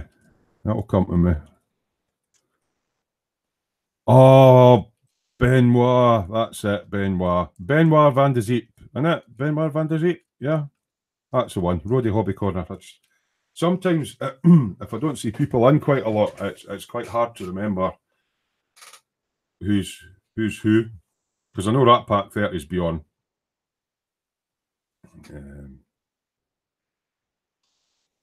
Sarge is Sarge. Yeah.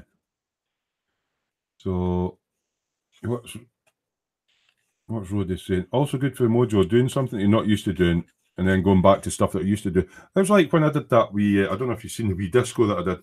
That's a ongoing project. I did a wee bit of electricity through Christmas. We just bought wee kits in, and now I've got my Mojo back up, and I can get back on with this plane, which is a bit of a bitch.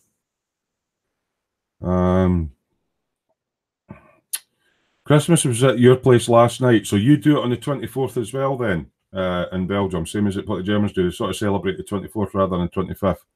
Christmas was at your place last night, and this afternoon at your mum's place. So now easy in the sofa. Your son playing with his VR goggles. Oh, as long as he doesn't try walking around with those on. Yeah, bumping into everything. And your daughter with Arduino. Ooh. And the other daughter studying.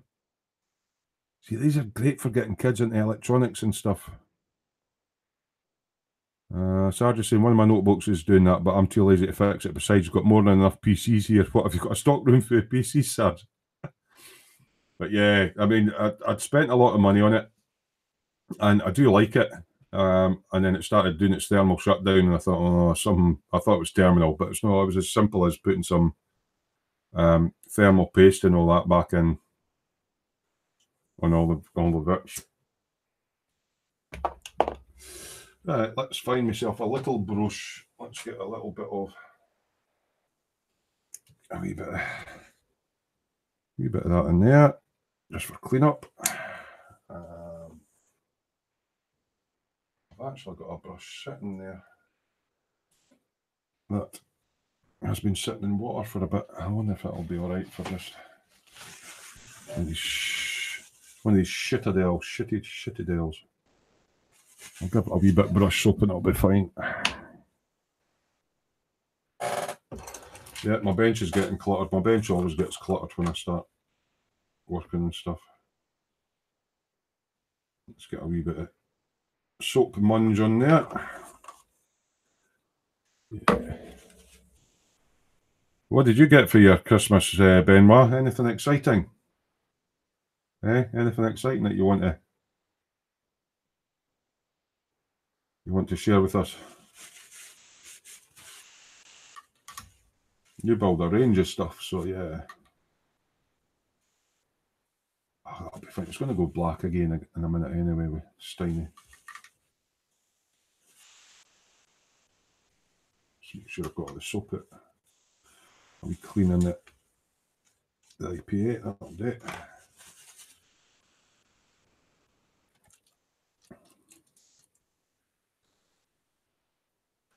Right, time to light block this out a little bit. Shouldn't take long. Oh.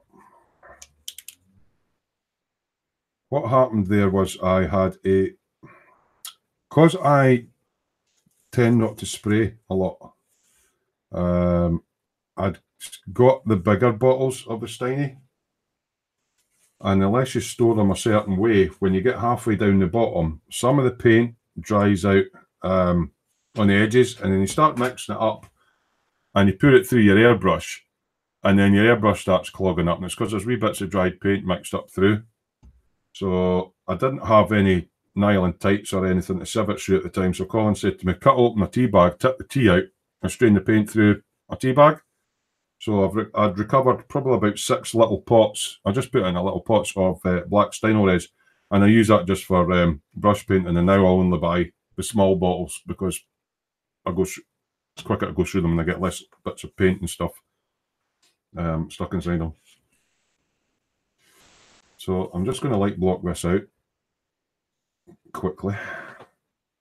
There's nothing special. It's just really putting a layer of paint on the inside that kind of stops the light from the LED shine through the plastic. It's not too bad on this because it's grey plastic.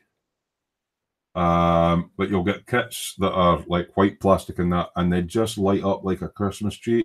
So you've got to light block them out. And I find Steino res is really good for it. So I'm just making sure. I'm just going to come into the wing a little bit to about there.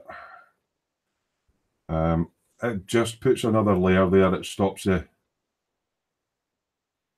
wing being so capable of showing light through it. So I'm just slapping it on. Slap it on. Courtesy of Ted.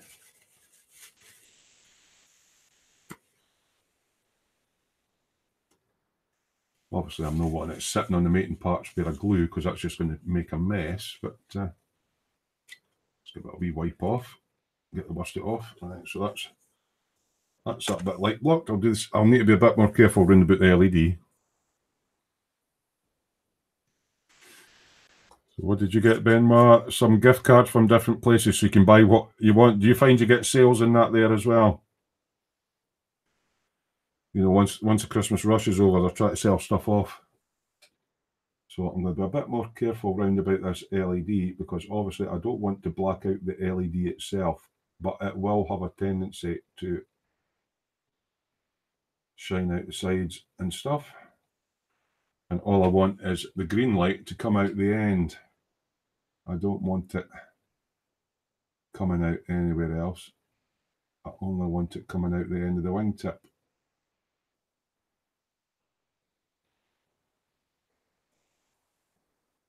These little nano LEDs are quite good anyway because you tend not to get any backlight coming off them like a traditional LED, so that they are more directional.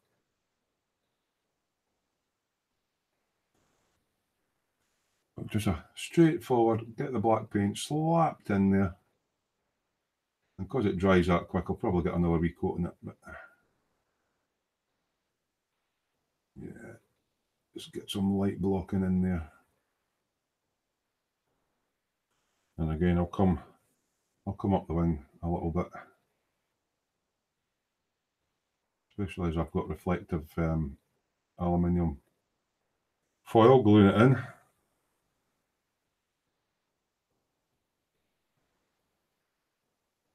Aluminium doesn't like taking the paint very well, but it will comply once that little coat dries. So I'll just let that dry. How's my wee light sitting? Did it? Oh, it behaved itself. Good stuff. I'll just get a little bit. Obviously, I'm going to airbrush this, but I'm just this has still got to get smoothed off in that, so I might as well just stick a little bit on there, so I can see when I'm sanding if I've got it all nice and.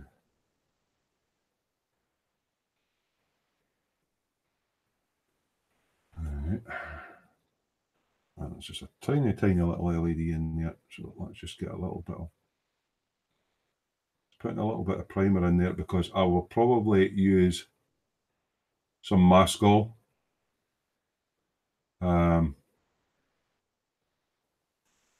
on the end of the LED when I go to spray it, because I've still got the clear part to put in, but I'm going to, I'll probably use a wee bit of Molotov Chrome just in round about it to make it even more shiny than what it already is. But I don't know if you can quite make that out, how small that little, see the wee white speck in the middle of the black dot there? That's a tiny little nano LED. So I'll be just putting a little bit around there.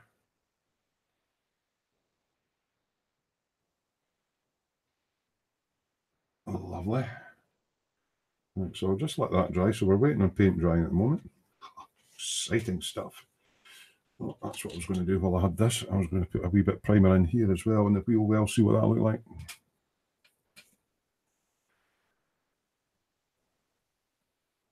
So yeah, some guys got some cracking kits for the Christmas. Some impressive kits. Yeah.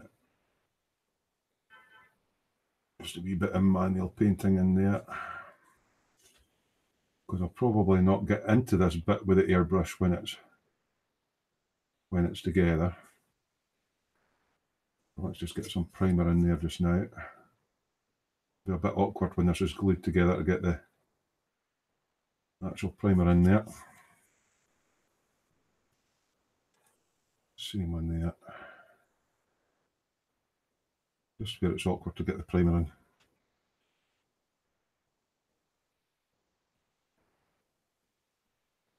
Lovely, that'll do it.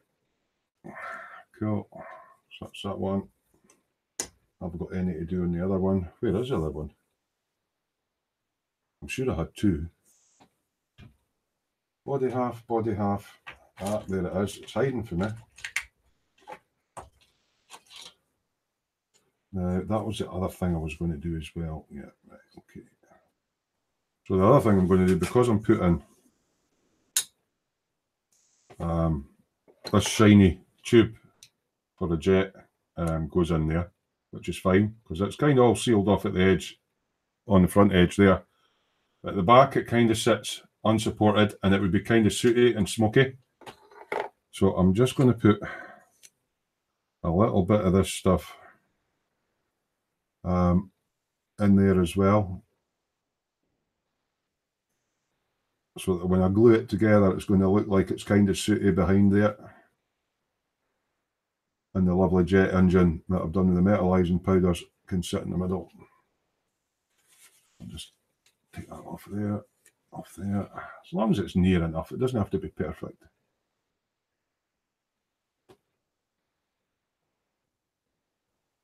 But it just means that it's kind of, you're not going to see the grey.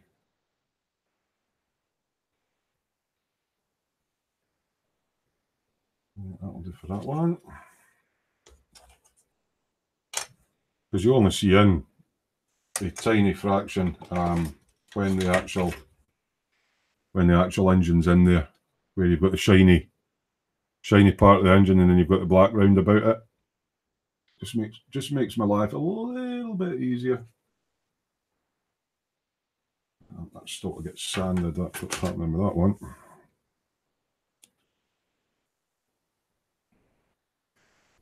Alright. Let's thin that a tiny little bit, that wee bit tiny. That's almost going off. As I say, I'm not being too neat with it.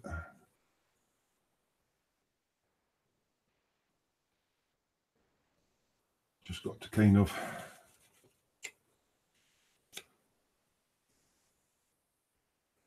a bit of blackness behind the silvery metallic so that it looks almost like soot. Because you'll get a bit of soot when you get the afterburner coming on.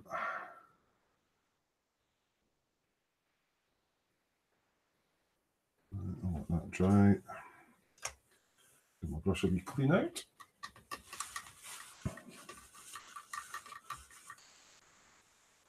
So what time are you all having your main Christmas meal then?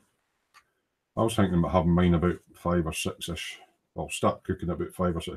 Mine's is more ping based. Apart from the the kilties that I'll need to put into the oven for, you know, 20, 25 minutes or whatever.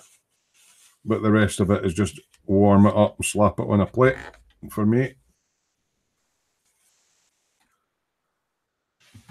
And are you lucky enough to have, I know that Paul's wife Sue will be doing all the cooking.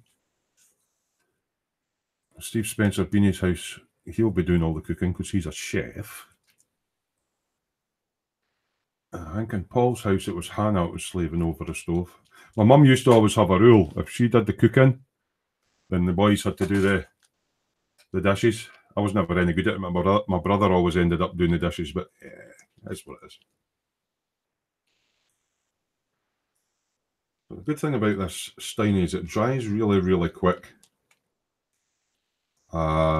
I'm not worried about it curing overnight or that. I'm just using it for light blocking. So I'll let that first coat dry, which will just take a wee 5 minutes or so.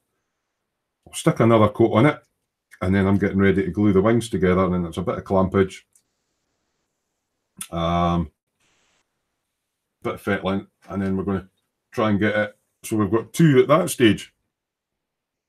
The next stage on this one, once I've got all this sanded up, it's quite hard actually, because it's all right when you've got straight lines that you can rescribe, but there's a lot of little round plates there with wee dots in them, and my rivet maker, that's great at redoing your rivets on a straight line, but if you've got wee round things like that, try to rescribe wee round bits is quite hard.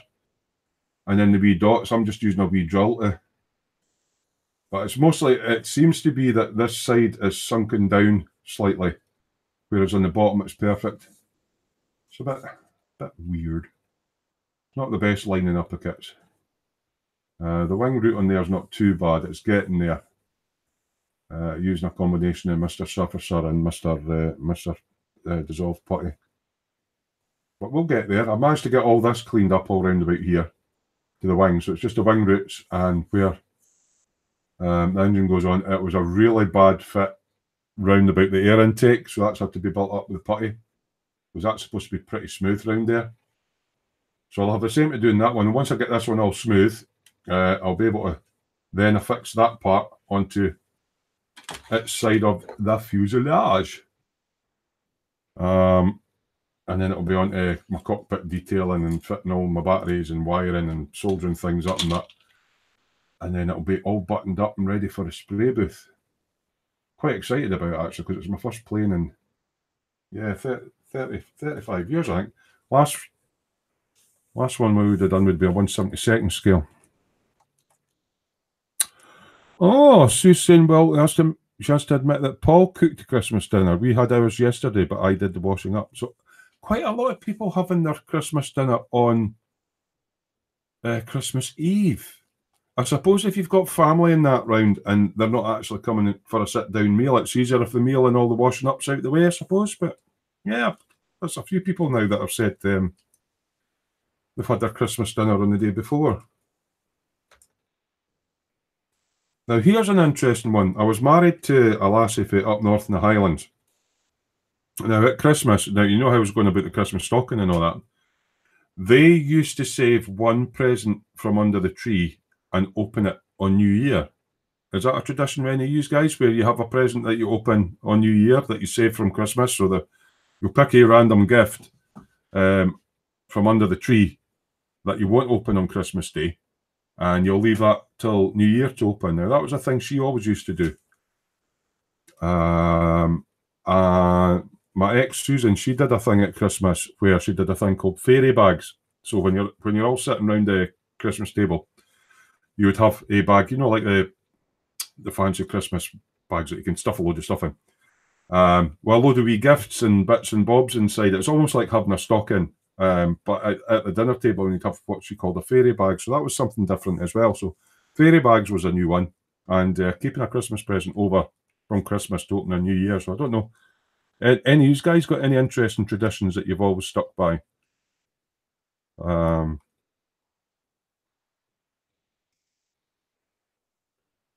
I mean, I felt sorry for my daughter. Well, I mean, you've all heard about my underpants. Can you imagine her taking one of my size 11 socks and putting it up you know, for Santa to come. Santa's not going to put anything in that because it's probably not been washed for decades.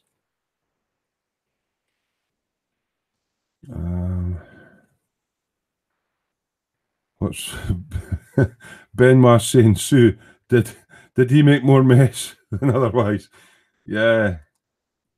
So Paul cooked a dinner, so he's a wee bit of a cook, is he? See, I'm quite happy. I can cook, but I'm quite happy for I'm a bit old fashioned. If the woman wants to do all the cooking and that, then on the go, let them get on with it.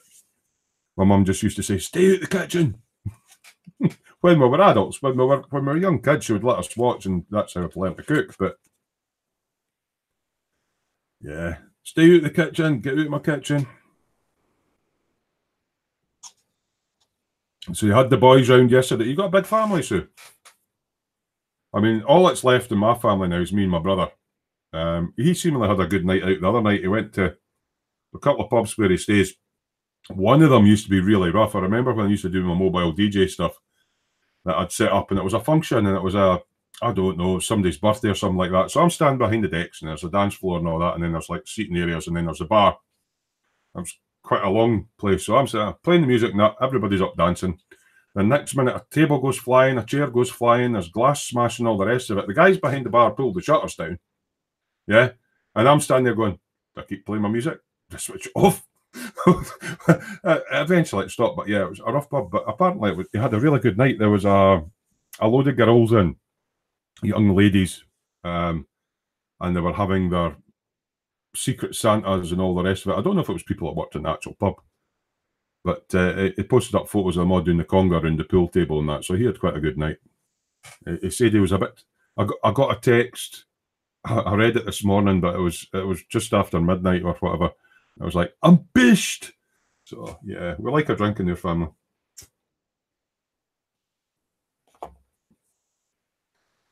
So right, that seems kind of dry. Yeah, that's kind of dry. That's kind of dry. Let's get some more of this stuff on, get the second coat on. I can get the wings button together, and then I've actually made a bit more progress on it. So as I say, this plane that I'm doing is for Mark from Spruce Surgery's waiting room. He's running a Russian build. This is my futile attempt at doing something Russian. So, even though I'm doing it in North Korean colours, because I like the North Korean colours with it. That's going to be more than enough of that. A little goes a long way with this paint. Oh, you got them well trained, Sue. Yeah. You have Bubble and Squeak with cold turkey. Now, Bubble and Squeak, that's cabbage and... What is Bubble and Squeak? Is that like sauerkrauty kind of Bubble and Squeak? With cold turkey tonight. Cold? Do you not warm it up? Do you not, like, have it all nicely sliced, put it in a tray, put some gravy over it, and warm it up that way? Cold turkey. Not really. Brother lives in Reading, and you've got 2 boys with 2 grandkids. It must be great when the grandkids come down, because Christmas is all... No, grown-up boys is different, but when it's wee kids, they're all, oh, Santa's got me something.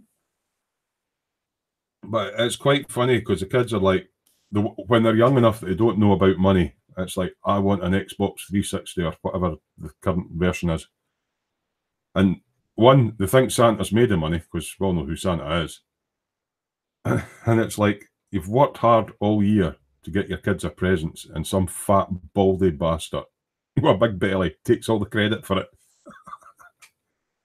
Like, fuck you, Santa, I worked hard for that, and you're getting all the credit for it. Oh, any other tradition? I was thinking about, we used to do it with the daughter. We'd put out a glass of milk and a carrot on a plate. So when Santa came in, when she got up in the morning, if the glass of milk was away and the carrot had a bite out of it, then Rudolph's had his carrot and Santa's had the glass of milk. As she got a wee bit older, that went on of a glass of Morgan's Spice and a carrot. But I've heard of some folk getting, what do you call it, the chocolate raisins and all that, and doing reindeer poop and all that kind of stuff. Anybody else do any strange things like that with their kids? especially if it's been snowing. Do you go out the back door and then like get a big pair of wellies on and put welly prints up to the door with loads of wee prints and that with a stick so that the reindeer's coming up, so it looks like Santa's come into the house? Because back when I was younger, we had a coal fire, so Santa used to come down the chimney. How he didn't burn his arse, I don't know. And the chimney's quite narrow, and he's a big fella. But it's magic, innit? It's magic. And modern houses now are all gas central heated, so for my daughter it was Santa has a magic key to get in the house. So she was quite scared that this guy, big guy with a beard, with a magic key, was going to come into the house up into her bedroom, you know, and put stuff in a sock for her. So she was kind of freaking out, the whole magic key and Santa and that, yeah. Quite funny. No, that's just the leftovers fried up. So what is bubble and squeak then? It's not something I've tried. I've heard of it, but yeah, I think it's an English thing, bubble and squeak. Oh, sorry, I've just got the old Q-tip in my ear. You can't beat a good rummage. All the leftovers fried up. Well, you can't beat a good concoction though, eh? You ever tried a Christmas stir fry? You just get a pack of noodles in that and put all your chipolata sausages, leftover chipolatas and turkey in it, and Brussels sprouts doesn't really work with stir fry, but you know, stick some mushrooms in it and that. It'll be stir fry. Very rarely anything left in my house. I'm actually starting to get more festive sitting chatting to you lot. I'm looking forward to my I've not got turkey, my chicken dinner. I think it'll be quite nice. Right, let's just paint that up. And that up. Next layer of light blocking on.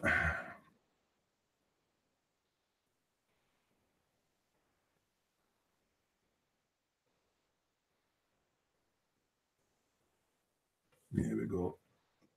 I'll go quietly and concentrate. I've not quite got my tongue hanging out yet, but yeah. Just a wee second coat of the Steiny to help light blocking in there in case there is any light bleed off of that LED in there. Hopefully not. We will find out when the wings glue together. And we will deal with it. I mean, obviously there's going to be more paint goes on it anyway, because you're going to be painting outside of the plane, but this plane's in quite a light grey camel colour. I just don't want it bleeding through. Let's get a bit more on this as well. Pardon me.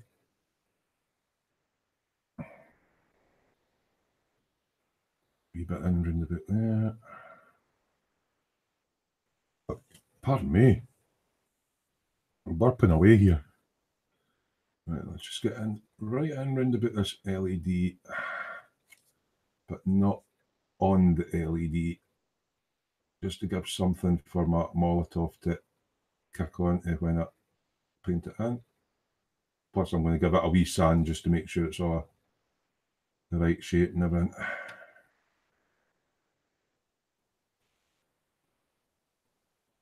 Yeah.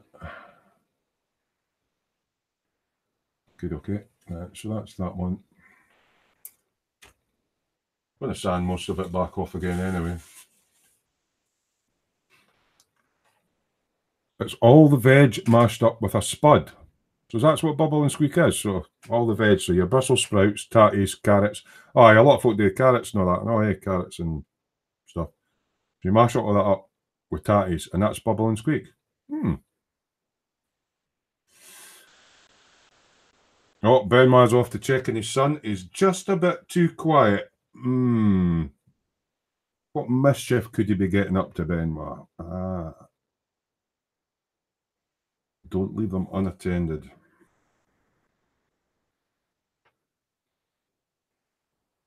So it sounds like everybody's had a nice time anyway, which is good. I know one of my biker friends is a paramedic, and he's on shift today. So obviously they have to plan their Christmas round about that. So yeah, utmost respect to everybody. It's still out whilst we're all enjoying our Christmas, out doing their duty and eating warmed up leftovers when they get home. I know Luke over at Luke Carswell over at Black Rifle Model Works. This is the first year, he's a paramedic as well. This is the first year he's had off in quite a few years. So he's making the most of it. So anybody that works in emergency services, police, ambulance, fire brigade, you know, even the mountain rescue, coast guard, all that, they're still got to provide a service 24/7, and somebody's got to do it. And again, unless you've got a young family, not everybody, Christmas doesn't really mean a lot to a lot of people. For myself, it's a time of reflection. I lost my mum. Oh God, I think this is going to be about the 4th Christmas. I'm terrible with dates. I lost my mum a wee while ago, and Christmas for me was going up to my mum's. And it was a whole proper big family Christmas dinner. My brother would go up, my wife would go up, my daughter, make a fuss over my daughter and all that. So sadly, my mummy's not here anymore, so I do miss her a bit at Christmas. Tends to be a time of reflection for me. I tend to go a bit quiet round about midnight, because there was a couple of hangouts up last night that I got invited to, but I just wasn't in the right frame of mind to sit and chat. I just wanted to sit quietly and reflect on, as with a lot of people, when you get to my age, you start losing people. It's a time of reflection for people that are no longer with us. So that's why I kind of get a bit bah humbuggish, because I'm missing people that aren't here anymore. But it is what it is. Let's stop with the doom and gloom. Right.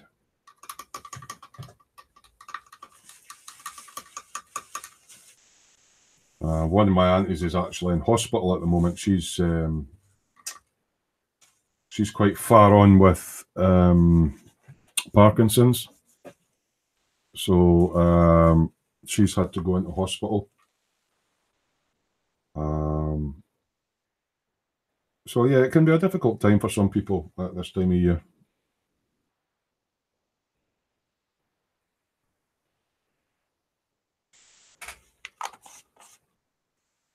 I haven't watched any TV. Normally I have not got a clue what's on telly. Oh, Sue's away to get herself a glass of wine. I haven't really watched any TV at all. I quite like ice skating, actually. I've got my own hockey boots, and the dancing on ice thing's starting. But that big Essex Birds in it, the one that was in I'm a Celebrity, Get Me Out of Here, and she lasted all of 5 minutes. So I can just imagine her twisting her ankle and giving up. I don't know why they put her on the shows. She's just annoying. Yeah.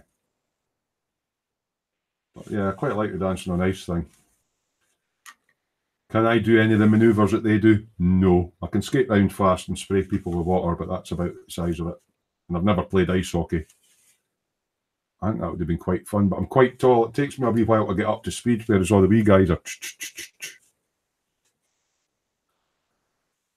So what's Rob saying? This year again, it's all repeats. Yeah. It used to always be like the Wizard of Oz and stuff that used to come on and all, wasn't it? Last of the summer wine. You used to get a lot of Christmas specials and all that, didn't you? Right, so I'll let them dry before I get them glued together.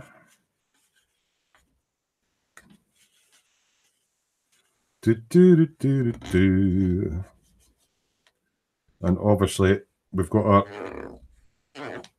women and men of the armed forces that will be, quite a lot of them will be far away from home, away from their loved ones. So thoughts go out to them as well at this time of year.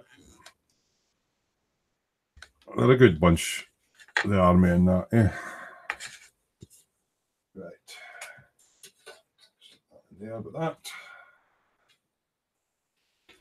So these need to dry a little bit before I can start the gluage of them together, which is the fun part. I'll just put that away to the side. So I have a little bit of fettling still to do on this part, so I'll get my sandy sticks out.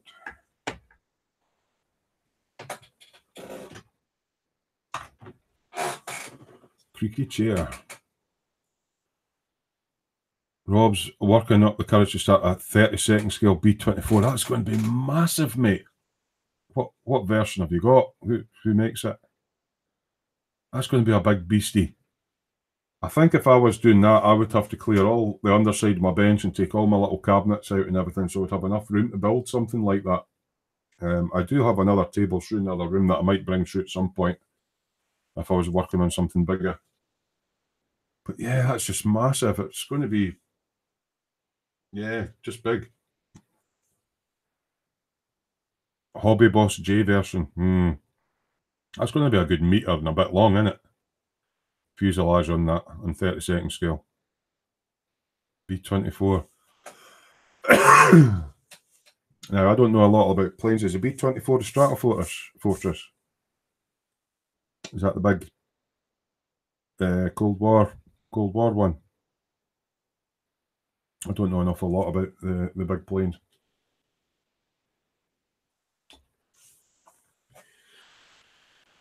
What's quite good is hanging out with the folk that do know about their models. You tend to pick up wee bits here and there, but my knowledge on... I haven't built any German armour for years, so I couldn't tell you the difference between a Tiger and a Panzer and Panther and all that. But I can kind of on the Russian stuff, because I like the Russian stuff. It's like the planes. I know what a Spitfire looks like and a Lancaster looks like and that, but World War II US British heavy bomber. So is that a prop plane or is that jet engine? That one. But I just remember anything with B. Is it as big as the B-52, the B-24? I just know that when you put B in front of it, B's for bomber. But they're kind of mahoosive, those kits. Right, sand. Right, a bit of filling. I did a bit of filling on this last night, so I'm just doing a little bit of tidying up on bits that need...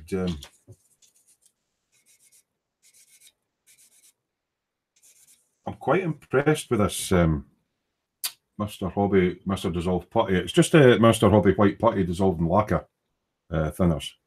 I have been using Mr. Primer Surfacer 1000, which is fine for little joints. But I'm really quite impressed with the Mr. Dissolved Putty, because you can scribe it as well, because obviously I'm going to have to rescribe quite a lot of this. And it scribes quite well. I wouldn't use Smoo on something like this because of all the intricate panel lines and all that. It would just wouldn't work. I do use Smoo on other things, but I don't think I would use it on an aircraft because you're going to lose a lot of the fine. I'm just learning as I go along. So I've got some of that to try. This is needing quite a bit of fettleage to get it all to match up. Because I've had to build up. Basically, these two halves go together around that engine tube, the jet tube, and then you put the wee end piece on. And it's supposed to be, going by the pictures anyway, it's all supposed to be all nice and flush at the end. And this was all over the place. It's just badly formed. So I've just had to build it up with different bits of filler and everything. Oh, it's a Liberator! Ah, right, I know the one you're on about now. Now you say a Liberator, I know what you're on about. Propeller plane. Yeah, the Liberator. Yeah. Ah, see, I didn't know what the B-24 was, but as soon as you say a Liberator, I know what you're on about. It's an interesting plane, actually. The Liberator. Looks nice. Looks a nice aircraft. Right, so that's all kind of coming together. I won't know until I put some paint over it just to check that I've got all my lines done. It certainly appears to be complying now. It was a mile out.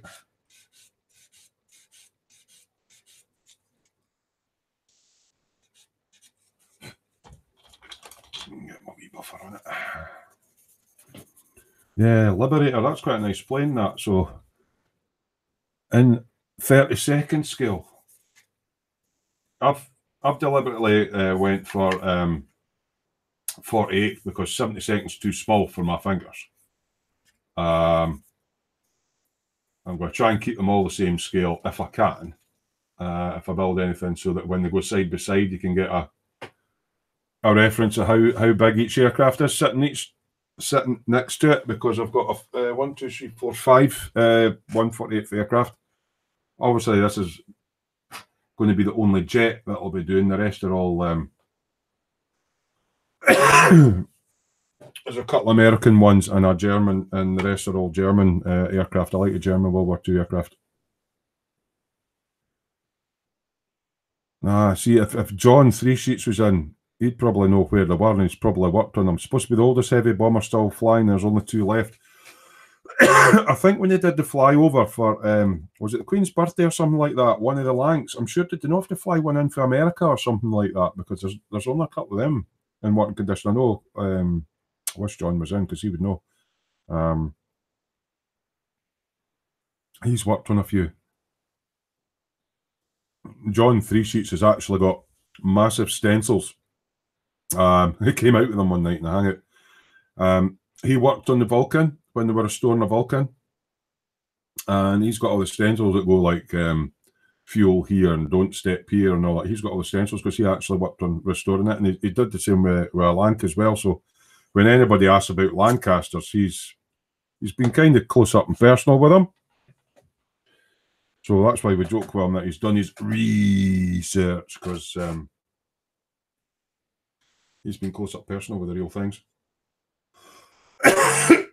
Obviously, you can go and see them in museums and stuff, but to actually, have clambered over the airframe and that, it's quite cool. I'm just trying to remember the name of the place. There's an air museum. It's also a racetrack as well.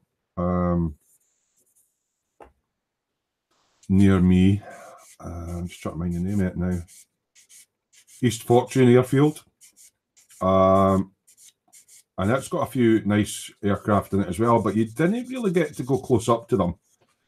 And obviously, all the aircraft have been restored, so there are no really any tips for weathering or anything on them, because they're all nice and shiny and, beautifully restored and everything.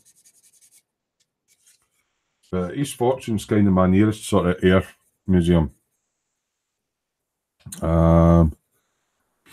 What's Rob saying? I work on 30-second scale kits. However, I've got a few 48 scale, put them together, and they look small. The Lanc came from Canada. That's right, yeah, Canada. Aye, that was for the flyover thing. Yeah, I mean, it's a budget thing. I'm looking like, I'd like to get back into aircraft. I like aircraft. So 70 seconds too small. 48 is kind of manageable. Reasonable amount of detail on them. 30 second, yeah, I'd like to do 30 second, but then the price starts going up. And then you start to have more bits visible, and then people are going like, oh, well, you'll need the Edward photo etch for that one and that one and that one. And it just escalates. So some cheap wee 48 stuff will do me now, just to get my hand in. I did get the Big Ed kit for my new tool Airfix Stuka, but I'm going to get a few of these under my belt before I even attempt that one. I don't have a video build of an aircraft on my channel, and I thought, well, I'd be like a novice trying to teach anybody anything, but I thought I might do an aircraft as a build video. I've got a bike almost finished. I've got a tank on there, but I've learnt a lot since I uploaded any of those. My next video build is going to be Porsche 911, which it's in my stash just now, actually. Now, I'm not a car builder, so don't expect me to do anything to the standard of likes of Paul Bretland and all that, with super shiny. But I've got a 911 turbo. It looks a nice little kit. I'm going to do my best attempt at kind of shining it up. I'm not going to be 2K in it. I do have, I'm going to be spraying it in lacquer, but I'm not going to be 2K in it. But the whole idea of doing the build video series on this one is I'm going to try and make all the lights working, all the indicators and stuff like that. and run through putting wiring into a car. So that's what that one's going to be aimed at. But yeah, hopefully it turns out quite nice. You never know, I might make a good job of it. I'll just take my time with it, but it looks a decent little kit. And again, apart from that daft Beetle that I did, which was the Airfix starter kit, which I did with all the funny sort of hippie flowers, nail art decals and that on it, and I got a nice shine in that on it. That was kind of a practice. This is my first this will be my first proper 1/24th car kit, and yeah, 35 years as well. So I'm trying to step out of my comfort zone a little bit.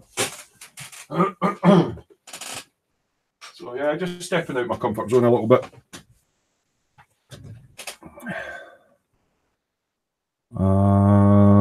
What's Demon saying? Only one City of Lincoln with Battle of the Britain flight, right? Yeah. Yeah, because all had names, didn't they? These aircraft all had names. I like I like a lot of the nose art. You would get that in the Liberator as well. You'd probably have nose art on that one as well. The guys used to paint their own nose art on them. Obviously, one of the most famous ones would have been the Memphis Belle plane, where it's nose art on. I think John's got a T-shirt with that artwork on that. But I do like the nose art. Some of it was quite quirky. All the sort of 40s, 50s girls with the long legs and all that on the front. The nose art on this German plane that I got, let me just lay some of this stuff out of the way that I don't damage it.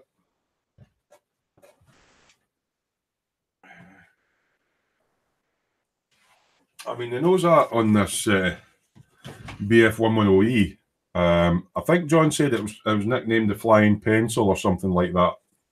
But it's got a beautiful bee sting.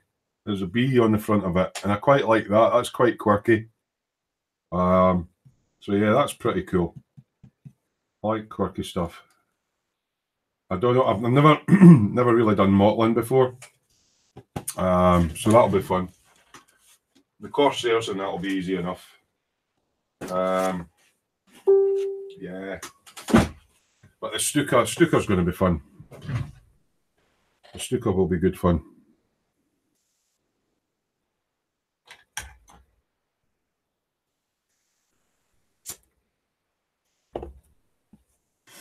Right, so I think I've got that almost all shaped up and polished up beautifully. That bit looks all right. We'll see when we get some paint on and sand it back to see if I've missed any bits on there. I've now got to carry on with this wing route, and the thing is, every time I sand some of it back, I have to rescribe it again, fill it, rescribe it, just so I can see where the scribe lines are. Been reliably informed. See, I would have thought there would have been a fine line where the wing joined onto the engine, but apparently it's pretty smooth. I seem to have got it on the bottom, but the worst bit here is I can still feel it. There's a proper step all the way along here. I think when I put the next one together, I'll pay more attention of getting this bit matched up perfectly rather than the bottom bit, which doesn't really have a lot of detail on it. There's just a couple of nice, easy, scribey lines on it. But yeah, I'm probably going to have to use a pin.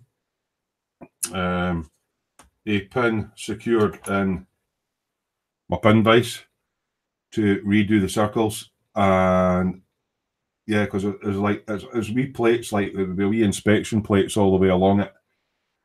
I'm trying not to lose any detail on them. The straight lines, I think I could scribe no bother, but the little rounded bits have been a bit of a pain to rescribe. So if any of you guys got any tips, when you get a little round flap like that, that you need to rescribe in a perfect circle, what would you use for that? Would you use, you know, these wee hole cutters or something like that, the ones that you tap? Would you use something like that? Any tips for the aircraft builders on if I start losing detail on them, how to get a perfect circle back again?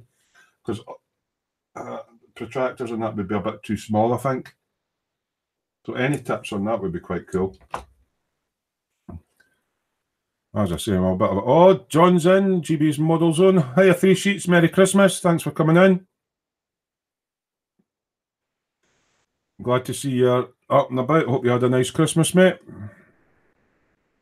And John obviously, GB's model zone is John, 3 sheets. He says there's 2 B29s in the States, Doc and Fifi. 2 B24s, Diamond Lil and Witch's Tit. 2 Lanks, City of Lincoln, plus a Canadian one. Right, okay, that's what we're talking about. We got inside both at RAF Coningsby at the moment, just being returned to fly. So what would that be? Would that be the Lanks, mate? Because we were talking about the Lancasters. Plus, there's a possibility of a second Lancaster being ready to fly in Ambassador configuration. So the one that they pulled across from Canada is the only flying one, and the one at Coningsby is basically in taxi mode, isn't it? It's been restored, but it's not flying fit yet. They've still got flight engines and that to do. Yeah, see, John's a wealth of knowledge on this. I don't know an awful lot about them, but I do like I like prop aircraft, but World War II prop aircraft. Don't know if although saying that, looking at some of these wing nut wings kits, some of the beautiful work that they're doing, I hope they progress and do a lot more. A lot more stuff, because the quality in them is beautiful. So I think a sort with camel or something would be nice to do. Have wingnut wings got a sort with camel? Be interesting. Be an expensive kit, but I know Tim over at ISM likes his wingnut wing stuff, and there's so many people. I think it's Norman also does wingnut wings. They're just night and day. So, John, how did your research go at Christmas time? Did you enjoy your meal? Did it go all right? Did you burn anything? What's quite unusual about when I put this Mr. Dissolve putty on, when you put the Mr. Primer surfacer in, right, it kind of, you paint it on, it falls into the seams, and that's kind of it. When you use that Mr. Dissolve putty, you see the white stuff on it, but then it's kind of clear at the outside, and you don't think it's actually raised the surface, but it has. It's quite cool stuff. First time using it, and I have to say I'm really impressed with it. I need to remember not to wipe my sander off with my new t-shirt, so, or I will get shot by a German. That sounds quite bad, doesn't it? I'm going to get shot by a German. Oh, Frankie Day Models is in. Merry Christmas, Terry and everyone. Good morning, Vietnam. Merry Christmas, Frankie. I hope you're having a good one. Obviously, it's going to be a bit earlier in the day across there in America. I got a paper model for Christmas, but it's a building, a German building. But I don't think it's one of the ones that you've got to laminate it onto the card. I think it's just a straightforward thing. Paul saying they do a Sopwith. I bet it's about 100 quid or something. I don't know why. I've always liked the Sopwith camel. Maybe because it's probably one of the only planes that I can remember the name of. That may have something to do with it. Yeah. Sopwith camel. Why do you like the Sopwith camel, Terry? Well, it's only biplane I know the name of, apart from the Red Barons one, which was a Fokker. Yeah. I think you'll find that Fokker was a Messerschmitt. Yeah. Where did that joke come from? The whole sort of, I think we'll find that Fokker's a Messerschmitt. Because, yeah, it's like a Fokker triplane. I think you'll find that Fokker's a Messerschmitt. Where did that come from? Anybody know?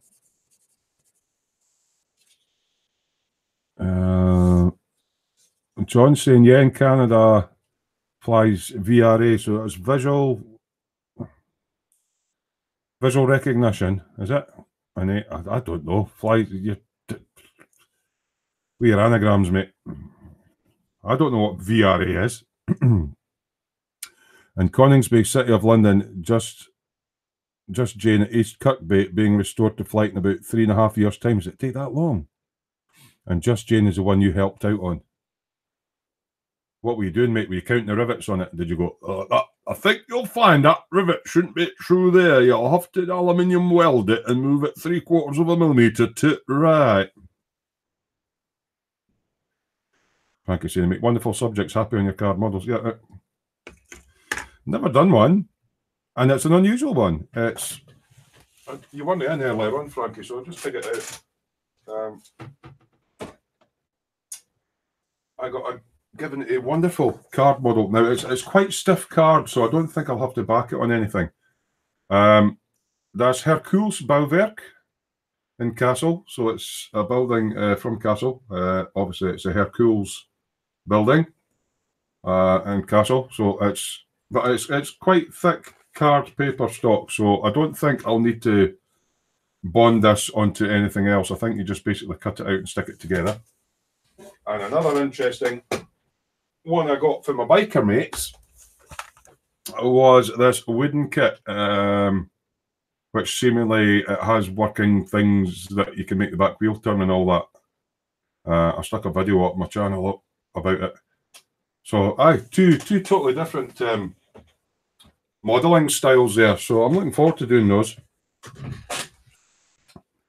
What did you get for Christmas, Frankie? Anything exciting, or you don't need anything because you've got everything already? What did you do for your Christmas day? Demon saying, what was the name of the other fucker? Was it not a punchline for a joke? Yeah, I can't mind what was out there. Was it no a Monty Python sketch or something? Yeah, I think you'll find that fucker was a Messerschmitt.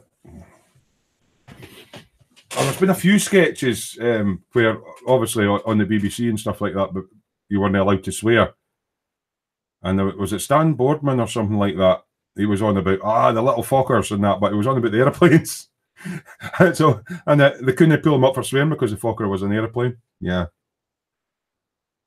All right, John. Code letters VRA. All right, this is stripping the paint.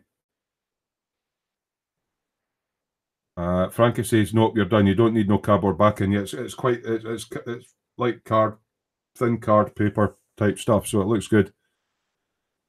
They look like plastic when done. What, the buildings? Oh, cool. It's something different. It's nice to try something different and go out of your comfort zone because it kind of sparks your mojo for other stuff. So Frankie, got a Revell 196. Now that's an interesting scale. Corvette Snowberry. That's going to be a bigger one than the one the Birthday Pool crew got Chris for Gross Models. Was it Chris for Gross Models? A 144 Corvette Snowberry. Was it him who got that? I think it was Chris that got that. Yeah. That looks a nice kit, that. So 196, so that's going to be a decent... Yeah, a decent size. It was Chris who got that, John, yeah. So he got the 144 Corvette Snowberry. So who makes? The Revell one. So yours is 172nd. Right, you've just tightened in with your feet instead of using your fingers. So you've got a 172nd. Yeah, we got Chris the 144 scale Snowberry, and it looks a really nice kit. 32 inches, Demon.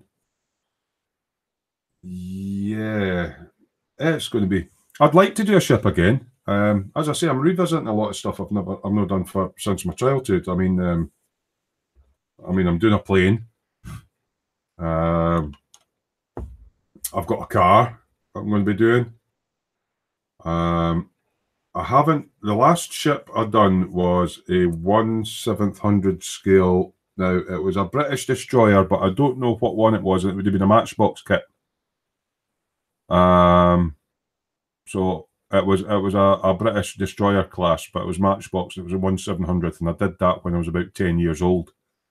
So yeah, I haven't done a ship. I have got there. I've got a somewhere in my stash an Airfix 7 class lifeboat in 1/72nd scale.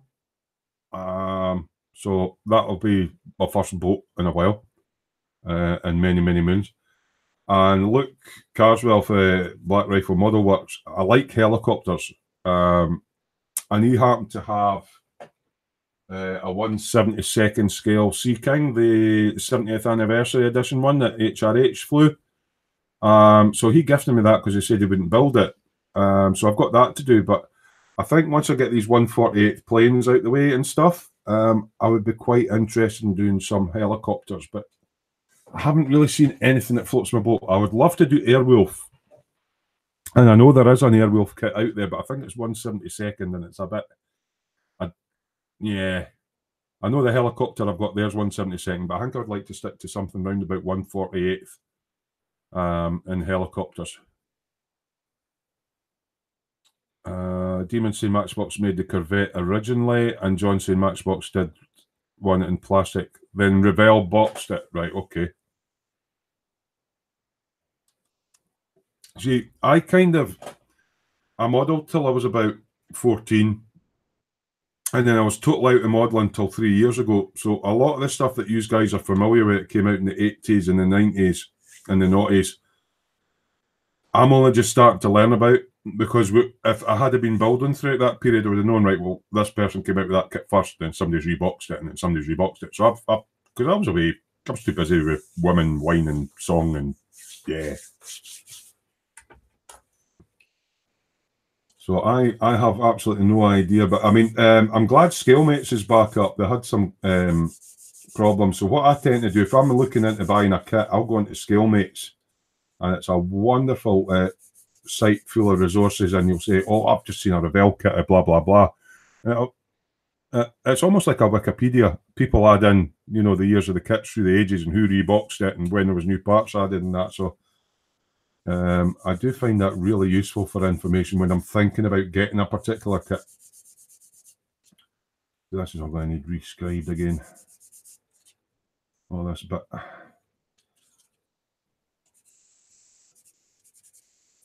I'm trying to be careful and only sand the bit that needs done without going too much, so I don't have to do too much re-riveting. I have got a riveting tool in that there. I've been told it's not the best one. I got the trumpeter riveting tool. As I say, I've never redone rivets. What I tend to find with it is quite annoying is when you're trying to see what you're doing, when you pull the wee safety cover back, you can't, it kind of shrouds and you can't really see what you're doing. Now, I've heard there's one that's better than that. Is it Rosie the Riveter? But I mean, it'll do for what I'm doing, but yeah, it's a bit of a bollock to work with. So I find that a bit fiddly. I'm also finding now, I haven't really done a lot of rescribing before, so I've got the Trumpy one. I know a lot of people can do it with needles and things and make their own up. What I'm finding with the cutting head on that is that it's too sharp. It's not giving me a broad enough. Like, so on this one, some of the panel lines are quite broad and would be more sort of U shape. And this gives a really sharp V shape. So I don't know if there's any suggestions on alternate scribers and riveters there, but yeah, it's all right for some things, but I'm struggling with it a bit. And of course, I do know about using the, where have I got it? I do know about the Dymo tape trick for when you're rescribing, so I've got that, so that's not a problem. I'm just finding my current rescribing tool is a bit sharp and not quite doing what I want to do, and the riveter's a bit awkward to use, so I might look at maybe trying some other ones out. I mean, they do the job, but they're, yeah, finding them a little bit awkward. Now, I'm just going to disappear for 2 seconds. I need to go to the bathroom, and I'll be right back.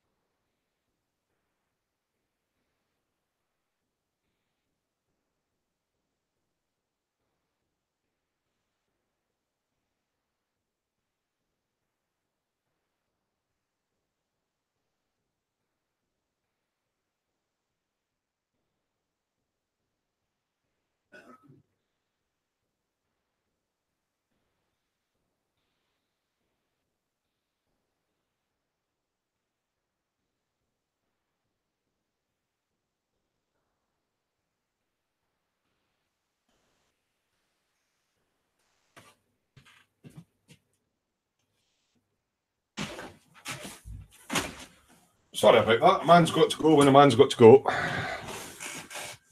So, yeah, what's the chat saying? Rob likes the look of the 30-second Chinook. Oh, yeah. I wonder if they do it in a 48. I have built a Chinook in 70-second scale when I was younger. I just liked it because it had the counter-rotating blades. Airwolf, who's showing his age now? I'll have you know, I don't look a day over 60. John saying that's why Rosie the Rivet are the best ones. Can get them in different sizes. Who makes Rosie the Rivet, or what sort of money's in them, and where would I get one? Was John saying just hope he shuts the bog door? No, because I might trap my willy. Bad man. I'm not going to go for a dump whilst I'm live, because I can hold that in. It's just I needed a pee because I'm having a refreshment whilst I'm sitting chatting to you guys. You bad man. Suggesting. Hold on, my camera's went a bit. Oh, that way. There we go. Yeah, my bench is covered in shite. 148th Italieri Chinook. So, see, every time I hear Chitalieri, that's what I call them, Chitalieri, I immediately think it's a Reeboks or something. I don't know why. I get the impression that Italieri don't actually make anything for themselves apart from their trucks. They just scream out Reeboks, Reeboks, Reeboks. So, is the Italieri 148th Chinook any good? Apart from it'll be a big beastie. And is it their own kit or is it a Reeboks or something else?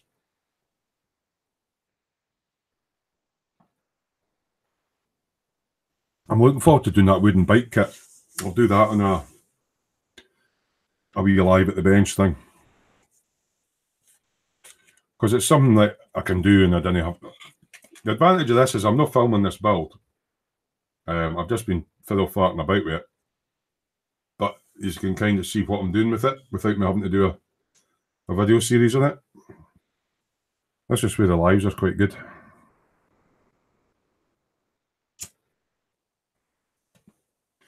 They're called Rosie the Riveter on Fleabay. Well, Rob's interest is sparking up about the Chinook.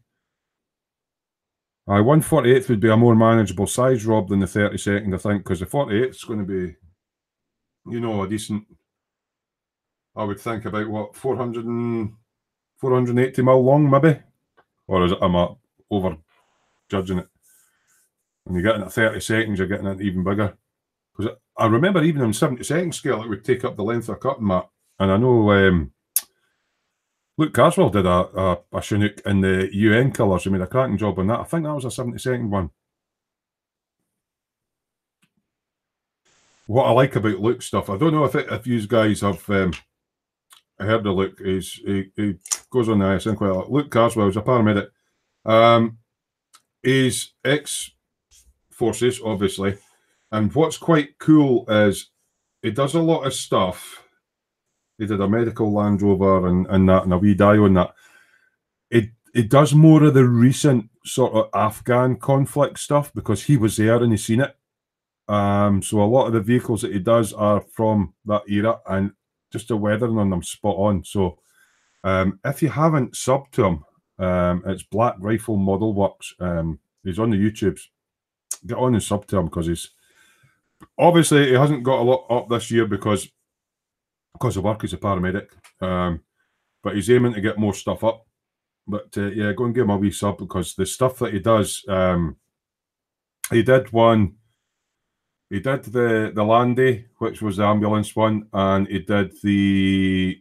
I'm trying to remember the tracked armoured personnel carrier that was also kitted out for ambulance because his mate wanted it because he was a medic and he wanted the two of them done. So he done the Landy and the APC next to each other. With some figurines where they were transporting a patient from one into the other, and a nice little vignette, and it's just his eye for detail because he was actually there and he's seen them, you know. So I'm looking forward to his Afghan stuff. It sounds quite promising. Like anybody else, he tries his hand at other stuff as well, but that he's got an eye for it because he served in that zone. A bit like Sarge when he's going to do some of his stuff when he's been across, he's probably been, Iraq, Iran, Afghan, and all that. If you're actually a soldier on the ground, you're seeing these vehicles all the time, so you can kind of tell what looks right and what they've modified. When you're actually in the real things and you go, well, Trumpy's built that kit, but they actually removed that part on the real vehicle because it was a pain in the arse and modified it or whatever. So it's good to have all that insight and knowledge.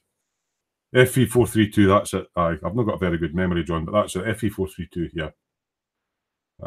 So I had an FE432 ambulance and I had the Landy ambulance as well, and he's got them set out lovely. He's got the he's got the Rupert, the officer, going, can you take a stretcher for that one and put it in the back of that one? And then the guy's carrying the stretcher with the patient on it. I think it was for Land Rover or the FE, one of the two. Well, a cracking little dial, a little tree. It's just got a nice eye for detail. He doesn't get much time to get at the bench, but definitely go and check out Luke at Black Rifle Model Works because he's a cracking chap, and he does some interesting stuff, especially if you like stuff round about the Afghan era and stuff like that. Because he's got plans. He put a channel update up on, but he was talking about plans when he gets a bit more time at the bench. He's got to do some more Afghan era stuff because that's what he knows about because he's seen the vehicles.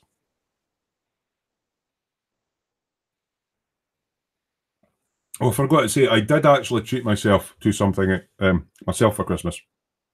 Although I'm smoking at the moment, I have managed to cut down substantially.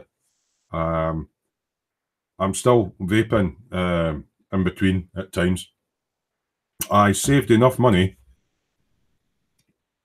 Now, I was going to go for an Iwata, but I saved enough money to treat myself to an airbrush. Now, I'd got on in touch... trying to remember the guys now. Brain thoughts. Martin, up in Fort William in Scotland, at aircraft.net. And I was talking about, because I've got, at the moment, because I'm going to be doing aircraft, at the moment I've got a couple of Iwata Revolution CRs, right? And they've got 0.5 needles in them. And they're great for general coverage and, basically workhorses. But if I go in and do fine detail like pre-shading and stuff, I can, even if I turn the pressure down, I'm still getting to the thickness of a line like a felt tip, a thick felt tip, rather than a fine hairline, because it's a 0.5. So I've been looking at something around about 0.3. I had harder Steenbeck Ultra 2-in-1 with a 4mm and the 2mm needle. I just didn't get on with it. I gifted it away to somebody. So I said I wanted something about 0.3, and I was looking at the higher end. There was two I was looking at Iwata. One was the Eclipse CR, and then there was a version up from that, which was an Eclipse something else, which was more high end, which had a Mac valve and everything on it. But you're looking at 170 quid. And he says, actually, Terry, he says, have you thought about Mr. Hobby? And I'm like, well, I hadn't actually. I think Colin's got one of these. Let's take this out there. It's a really nice brush.